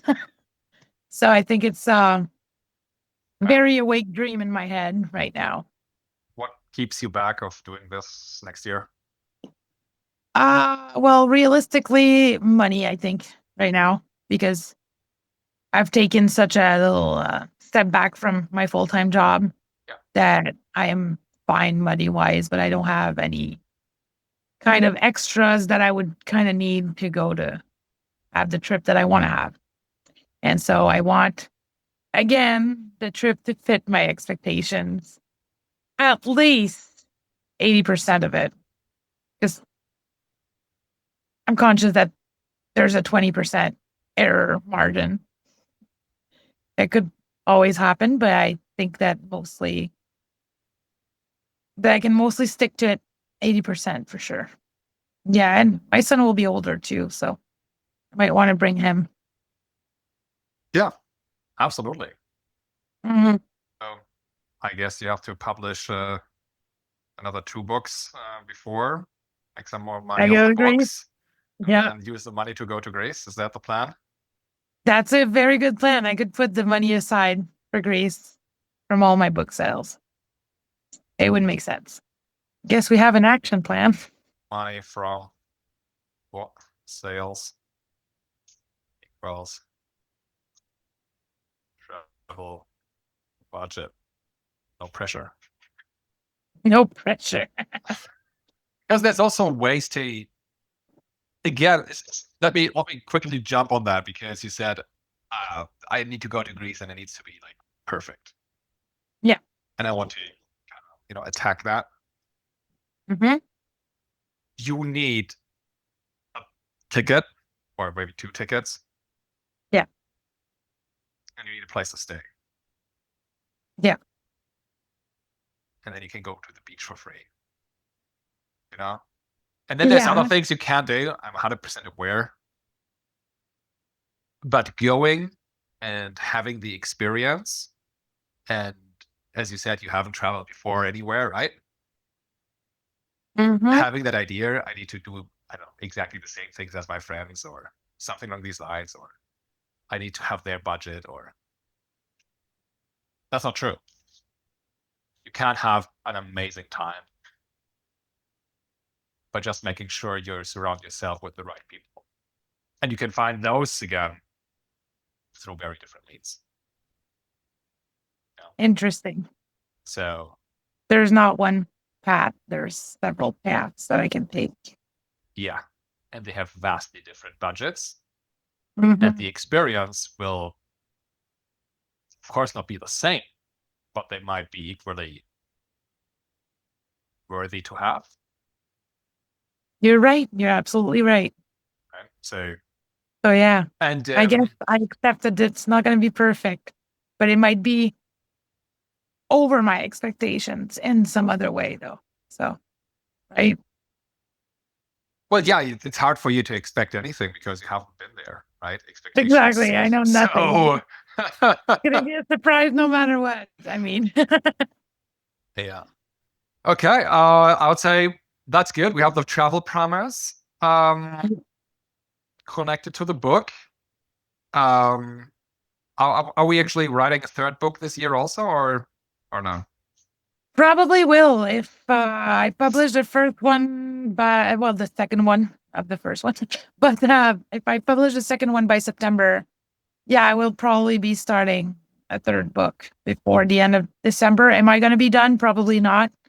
But I do want to start it before jumping into 2027. Yeah. So you have a draft version of book number 3 already by? I do. I have a skeleton of a book. Yeah, exactly. Book 2 is written and corrected. I'll actually put this down here. So for book 3, is how do I write this? A skeleton outline? Skeleton. Yeah, I write a skeleton. Okay, skeleton. Because it's got bones, but it has no muscle, no meat, yeah. tissue, no nothing. Okay, by end of the year. Yeah. Cool. Good. And just because we had 3 topics here, and I'm let's also talk about the partnership. If you were to make a promise on partnership, what would that look like? For now, I am really trying to work through my patterns in a relationship, because the last one was quite the wake-up call regarding the things that I keep repeating in all of my relationships. So Yeah. I am trying to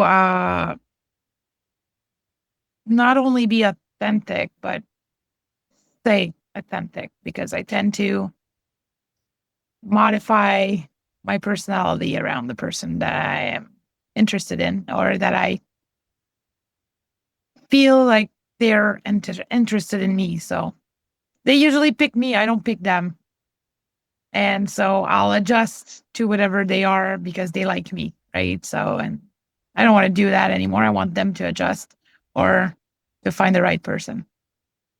Yeah, or exactly, just be compatible from the start. Nobody has to bend, maybe. Yeah, it would be nice not to start everything on a trauma bond anymore. I mean, not because I'm good at trauma that I need to experience it in my life.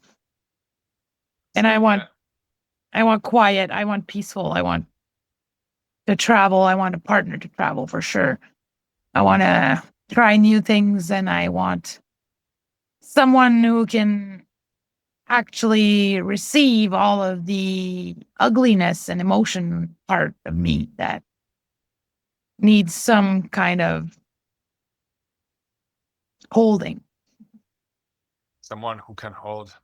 I don't like the term ugliness, because I don't think that's the right way to think about it. Or I'll they, hold space for any emotional connection at all, because I tend to choose emotionally unavailable people, because my parents were quite emotionally unavailable.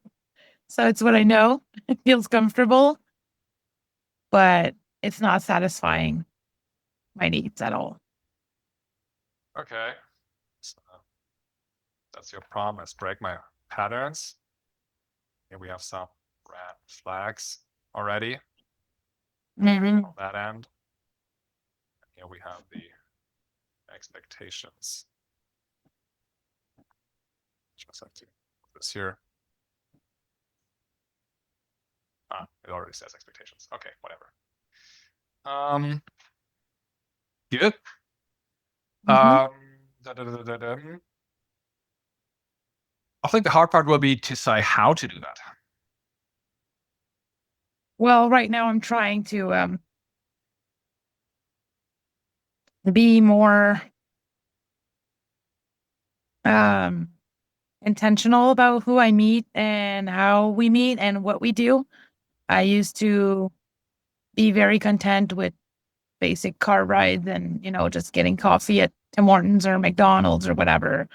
And now I expect full supper and conversations. And I don't want to go back to your house on the first night, or you come into my house on the first date. I want to see all the parts of you that I would learn into a relationship too late to go back at, right? So I want to notice what doesn't fit before I actually get into anything, because I tend to say yes to relationships without even knowing what I'm getting myself into. And then I'll be a mess because I've over adjusted to things that were completely not aligned with me. Seems like you want somebody also who's values adjusted, right? Somebody you don't have to share. And I don't want to have to parent him either, because I've parented enough men right now. Go make yourself a sandwich. I don't know. Parenting him. Yeah, that's definitely a red flag. You have too much of a helper syndrome. Yeah. Yeah. I do. Makes my heart, my life a living hell. Say don't. Mm-hmm. Right? I try. Yeah, you just give what you can and not what other people want. Yeah. That's a big difference. So now I I really tend to Pavlov myself on this. I'll give myself some treats if I do it right. So like if I have a date with a guy and throughout the date I'm feeling, I don't know, this isn't what I want to do, or this does not feel compatible or whatever, I would usually just shut up and go through the whole date. And now I just, you know what? This isn't working. I have other things to do and I'm gonna go now. Wish you the best of luck. And that's what I do now. And when I tend to actually do that, then I go and buy myself something because I'm like, dude, you did it. And that's a very hard part of being me, is just choosing that, okay, well, me right now. Right. Yeah, exactly. Me right now, I'm not enjoying this. I'm not having a good time. This isn't bringing anything to me. So, I mean, might as well go do the things I really want to be doing instead of wasting more time on this. 100%. Yes, to myself. Yeah. I don't ask myself how I can modify myself to better fit their vision of what they need.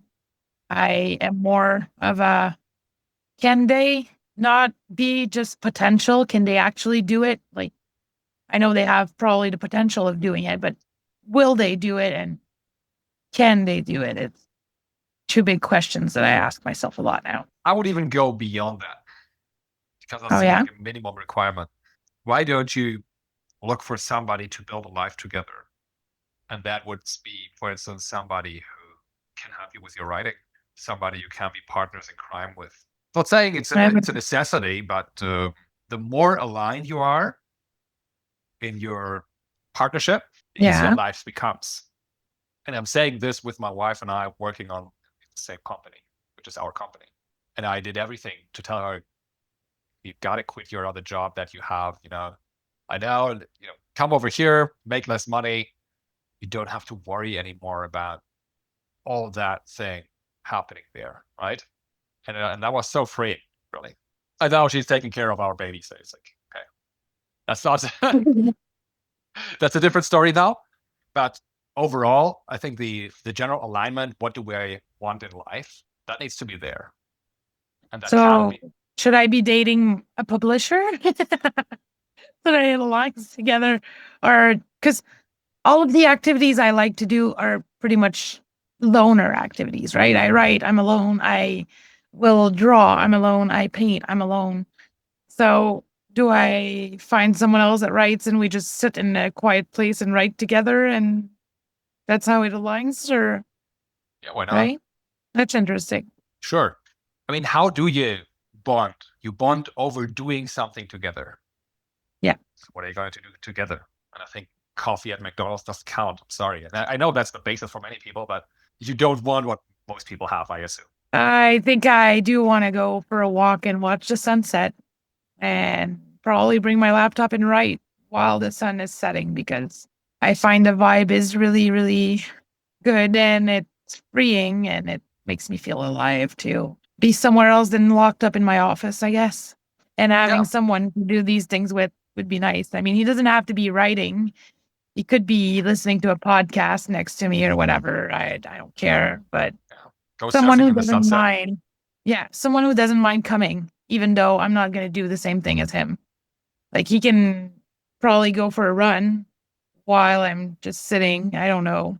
He can do whatever he wants, or she, or whatever. But I feel like I don't want to feel like it's a no for me to go do the things I want to do because I should be at home with them doing something else. And I don't want that anymore. Because right now I'm single and I'm doing the things I want whenever I want. Last night I wanted to go watch the moon. I went to watch the moon and friends came over with me and it was fine. They were walking for a while. I sat down for a while and I think we all had a very good time. So more of that for sure, because I always tend to feel guilty about doing my own things because people won't follow me, especially in my relationship. To do your own things together. Yeah, exactly.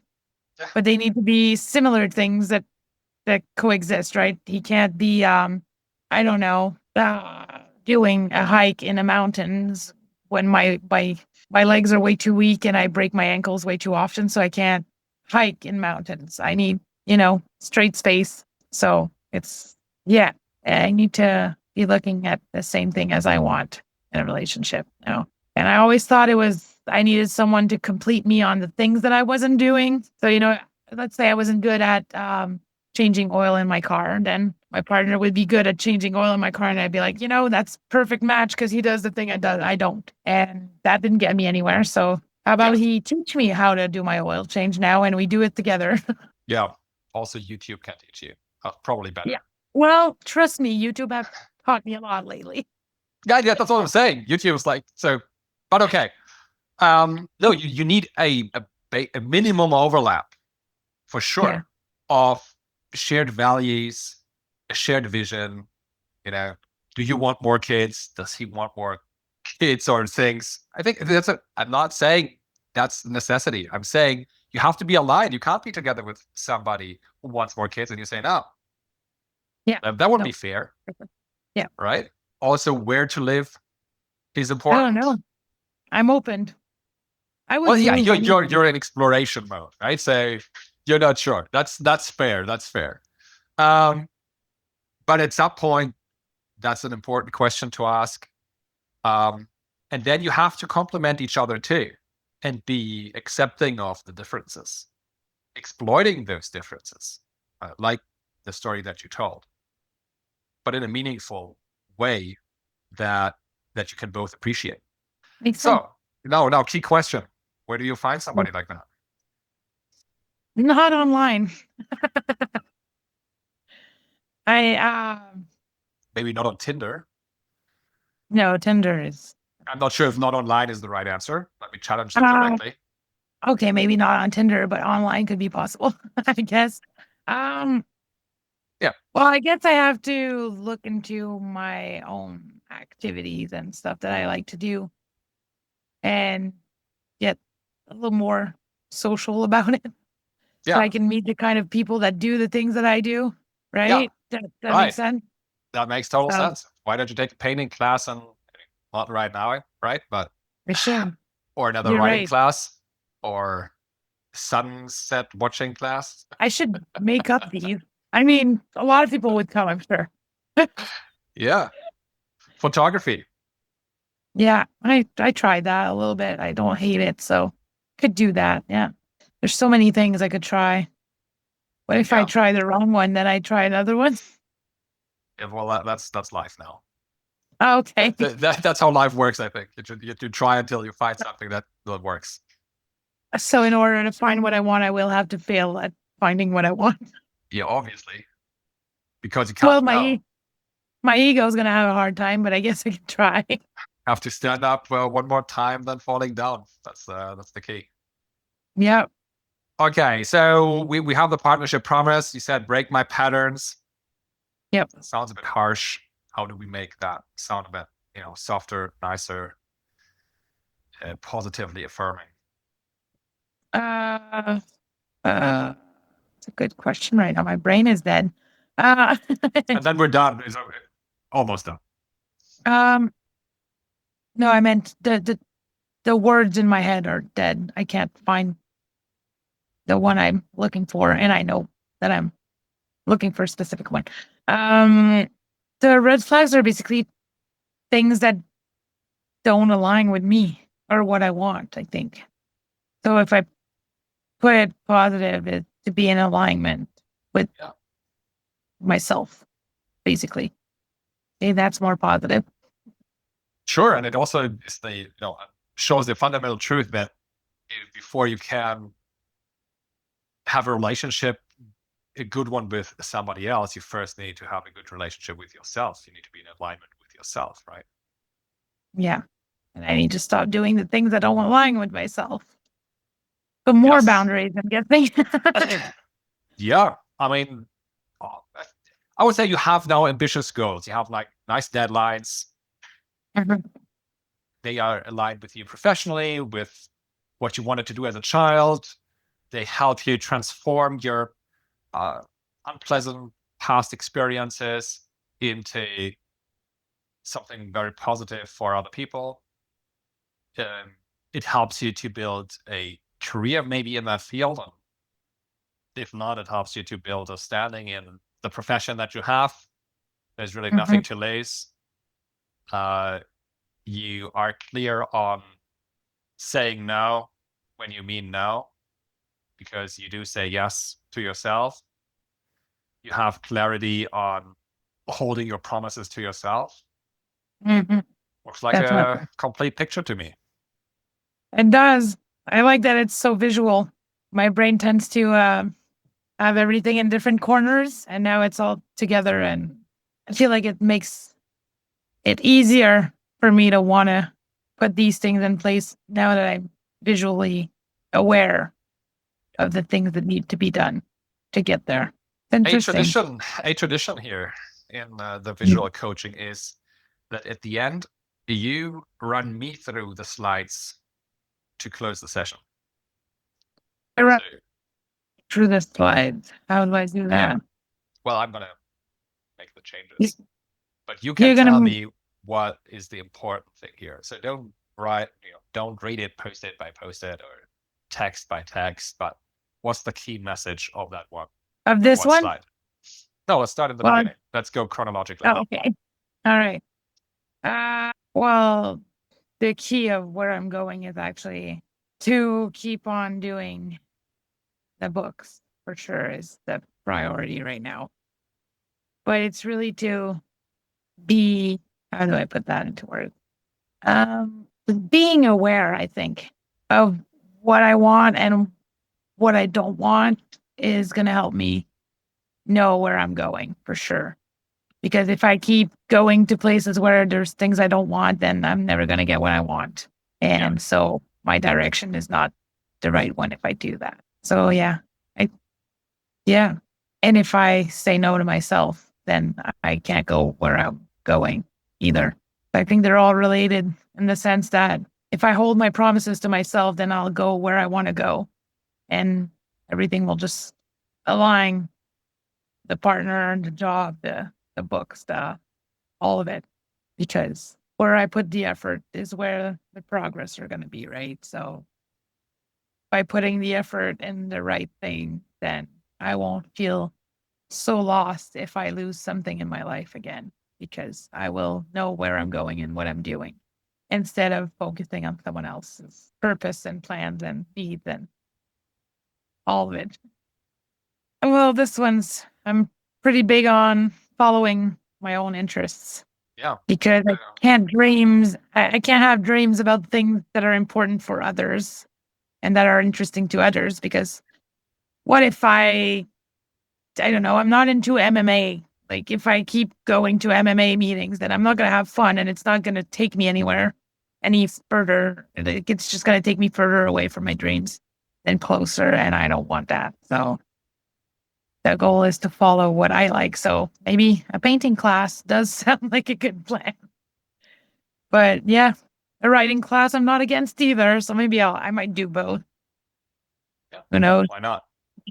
They're both interests, and I'm going to do something with both of them in the long run. So I think, yeah.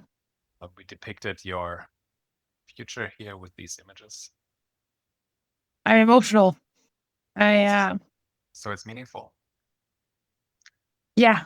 I don't do much of giving myself the right to be my own person and to do my own things, and seeing it like that as a whole, it's just making me realize why things weren't going the way I wanted them to go. I was in the wrong place looking for things that didn't belong in these places. So like if it's nighttime and I'm looking for the sun, I'm going to look for a long time, right? So yeah, makes me emotional because I'd never thought as a young adult that I would have a future. So I never envisioned it. And so I went on with everyone else. And it kind of makes it seem possible to see it visually like that. You do have a future. You even do have a present. Apparently I do. And I'm dealing with the consequences of young Tanya not thinking she did. Yeah, of course. I mean, yeah. Free to choose, but not free from consequences. Exactly. Every choice has a consequence. It's just see if you're willing to accept it or not. And yeah, I like that portrait. It's eye-opening mostly. One last thing to add here, because you said I was in the wrong place. Because there's a really Yeah. nice quote I don't know from where, but I love that, which is, you have to go where you're celebrated and not stay where you are accepted. Ouch. Okay. That makes sense though. Yeah. Went over here to the listening to myself board about driving at school. Well, I did listen to myself by changing him school for next year instead of keeping him with his friends, because that's overwhelming for me. And even though it makes him happy to be with the people he knows, it won't make him happy to see me unhappy and unfulfilled, because I'm doing all the extra work to not interrupt his life, right? Because my life was interrupted 10,000 times, and everyone's lives just get interrupted by life, and it's just the way it is. And sometimes things need to change, and sometimes they get better as they change. So I'm trying not to feel guilty and hope that he's gonna find maybe better friends. Maybe being closer to home will make our relationship closer, and we'll argue less about being quick to go on time and being quick to come back on time, and just time consuming very much. So yeah. And by listening to myself, then I get to do more of what I want to do. And then I'm happier. And then he learns that by doing the things you love, you get to a place where you're actually happy with your life and what you do. Some sparkles here. Because that is a success already. Right? It's the example for listening to yourself. Yeah. Similar here. Second good examples where We're working on that. Yeah. Like standing up for myself, right? Mm-hmm. Then we talked about the book. Yes, the book. Biggest takeaway on that one is to make the time to get it done. And to give myself a deadline is actually going to help, because I think just not having a deadline is just giving me too much freedom. And so I let it go without doing anything for too long. And then I'm uninterested and I have a hard time completing it. So yeah. And if I don't write consistently, then I can't be a writer. That doesn't work. Like for any profession. Mm-hmm. Yep, definitely. Yeah, you actually have more enablers, which I didn't write down here. But so you have your dream. You said you want to be a writer. You said that even as a kid. So there's something there. Yep. That you can channel. And then you have your peer support that we already activated. Mm-hmm. The other things, but yeah. So it's good to have that clear. And maybe one other thing I want to add here is a vision for the future that is aligned with my interests. That includes, of course, financials. Right? So yeah, money is an interest. yeah, it's absolutely necessary. Exactly. If it wasn't, it wouldn't be, but it is. So yeah. So why don't you make money with that? See where it goes. You're right. You're completely right. I give it a try, I guess. Yeah. And a serious one this time. Yeah. I remember, like 8 years ago with making these products, right? With our first card set, we were making a little bit of money, right? On the side as a side business. Mm-hmm. And we were 4 founders. So like my wife and I, and a good friend of me and his wife, or back then girlfriend. And I remember having conversations with people, of our parents' generation, saying, okay, what does that mean now? Every one of you makes like $50 per month or what? And I say, so with that much effort and work, and I said, yeah, of course, that this doesn't make any sense. I'm very clear. But you have to think this like into the future. How can I look at 10 years? And now, 8 years later, no. You're doing pretty Can good. basically live with it, I was making more as an engineer in an entry-level position, but I'm also not hungry at that. And you're probably happier and more aligned with what you want to do. Oh yeah, so much more. Because engineering is cool, but it's mostly. Well, I'm not that technical a person. That's the problem. And also I can spend time relatively easily with my kids, which I have as a priority, which I couldn't before. I was actually working as an engineering consultant. So you're not working where your job is, but you work where the client is, right? So yeah.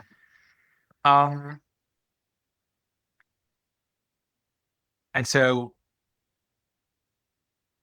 this whole next book and writing and wherever this can go, right? This is not about writing a next book. This is about connecting your past, where you say that was my dream, and connecting that to your future and imagining the 100 direction. I like that. It's very eye-opening. I always thought I couldn't do anything that I wanted to, but turns out I just have to do the things that I want to do. Yeah, just do the things you want to do. And just do it, is what they say. Then it will work out one way or the other. And be patient, I guess. Oh yeah, you have to give it 10 years for sure. Okay, so all right, I'll be patient. Do the right thing, or how do they say?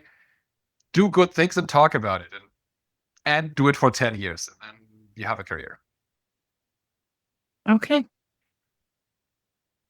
I like that. Yeah. And don't be stupid about many things. There's also like stupid things to do, but there's also very general, relatively easy things to do. Yeah. Okay. Yeah. So I guess I'll keep myself from doing stupid things. Yeah. Don't take up credit for going to Greece. That would be a stupid thing. Oh, no, I wouldn't. No. Cool. We're aligned already. Yeah, we're not doing that. I'm not going to enjoy myself the whole way there if I'm thinking about all the money I have to pay back. So. Perfect. Okay, then here we talked about the outcome, right? Of the next book. Yes. Or the next two. I think it's going to go well because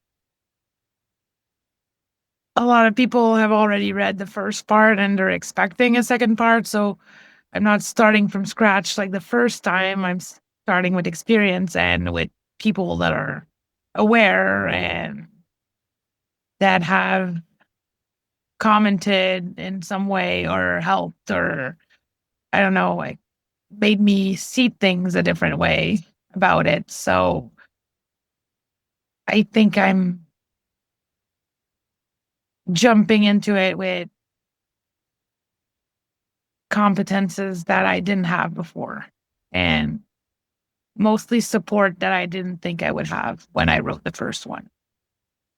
So I think if I had some good surprises the first time around, then nothing excludes me having good surprises for the second one. Even though there might not be the same ones, maybe there'll be better ones. So I guess I got to hold on to that and keep going. Then we talked about how to get to a 10 out of 10. Yeah. Well, if I hold a promise to myself, then I make myself right more often than once every 2 days. Maybe I write every day, and I put myself a word count, a minimum word count. If I go over, I go over. If I don't, I don't. But at least I'll have something to work from than nothing, right? Because letting the days pass and not writing anything is making me more nervous than actually writing a bunch of things that I might delete later. Yeah. That's exactly the feeling of not holding your promise to yourself. It's just the nervousness. It's this. Okay, Yes. let me distract myself from my current life. Yeah, because it's so hard, right? So let's make it harder. I don't know why it is like this, but it is like this.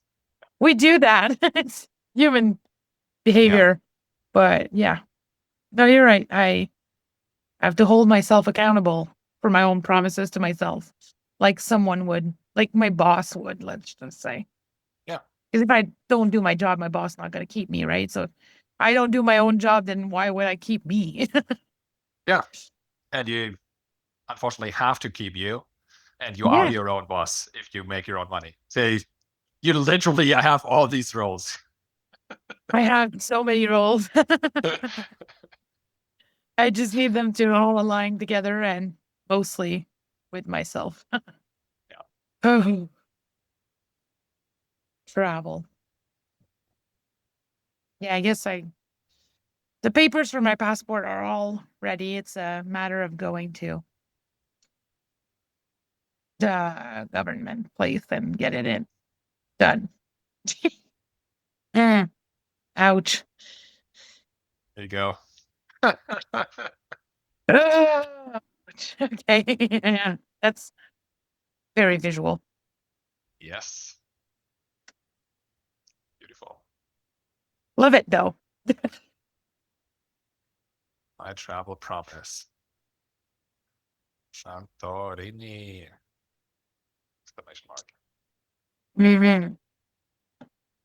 Yeah, I like that. And then in the end, we have the partnership promise. Oh, well, that's the purple square for me is basically it because that's where I went wrong all the other times.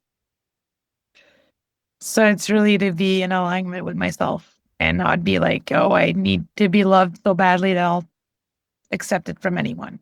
Yeah. Because I am starting to love myself a lot more than I used to. So I don't think I deserve to be with someone that can't even love me the right way. So if I take into consideration all the red flags and my expectations and they don't match, then doesn't align, right? So the decision should be easy to make. So yeah, being aligned with my next partner is really the goal. Yeah. And for that, having clarity on where you're going is important, because how can somebody join you on your life's journey? If I don't know where I'm going. And that's not saying for all of eternity, right? But for a little while at least. Yeah, no, I wanted to say the relationship can hold long, but the direction can change, right? Because at some point you co-develop, set out in a certain direction that you say now, 5 years, 10 years, life's different. So that's the part where we buy horses and have a mini farm and, we do things together, right? Sure. Yeah. Get yourself a farmer. Okay. Yeah. Well, I like the cowboy hat, so, that aligns. I'm not sure if that is the thing that makes life with a farmer interesting. Well, it does make it beautiful to look at. But no, you're right. He can't just be cute and having a cowboy hat. He'll needs to be smart too. It would be nice. And emotionally available. Emotionally available is the biggest one. Yes, that's my biggest takeaway because I am always emotionally available for everyone, but I do need a space to feel safe and heard and just supported in general. So, yeah. Great. That means we have, out of our conversation, 3 promises, basically. Yep. We have be aligned with myself. We have Santorini. So let's also copy the picture, because why not? When we can't have a picture, we should have a picture. Let's put the picture, because the picture is always worth 1,000 words. Exactly. And we have the book promise. Oh, yeah. Biggest one to hold, or else the other ones fall apart. Yeah. But you're a creator. Yeah, I am. And it makes me happy. So Yeah. do more of what makes you happy, they say. Oh. Okay. That's beautiful. That's a summary. Like this. Yep. You do that by having these 3 promises for yourself. I like that. Starting to look like I have a life plan. You do? You did have that before. You just didn't have it that explicit. Yeah. It was pretty much all over in my head. Yeah. I think that concludes our conversation. Well, thank you so much for that. That was interesting and very, very eye-opening. Let's just put it like that. Thank you so much.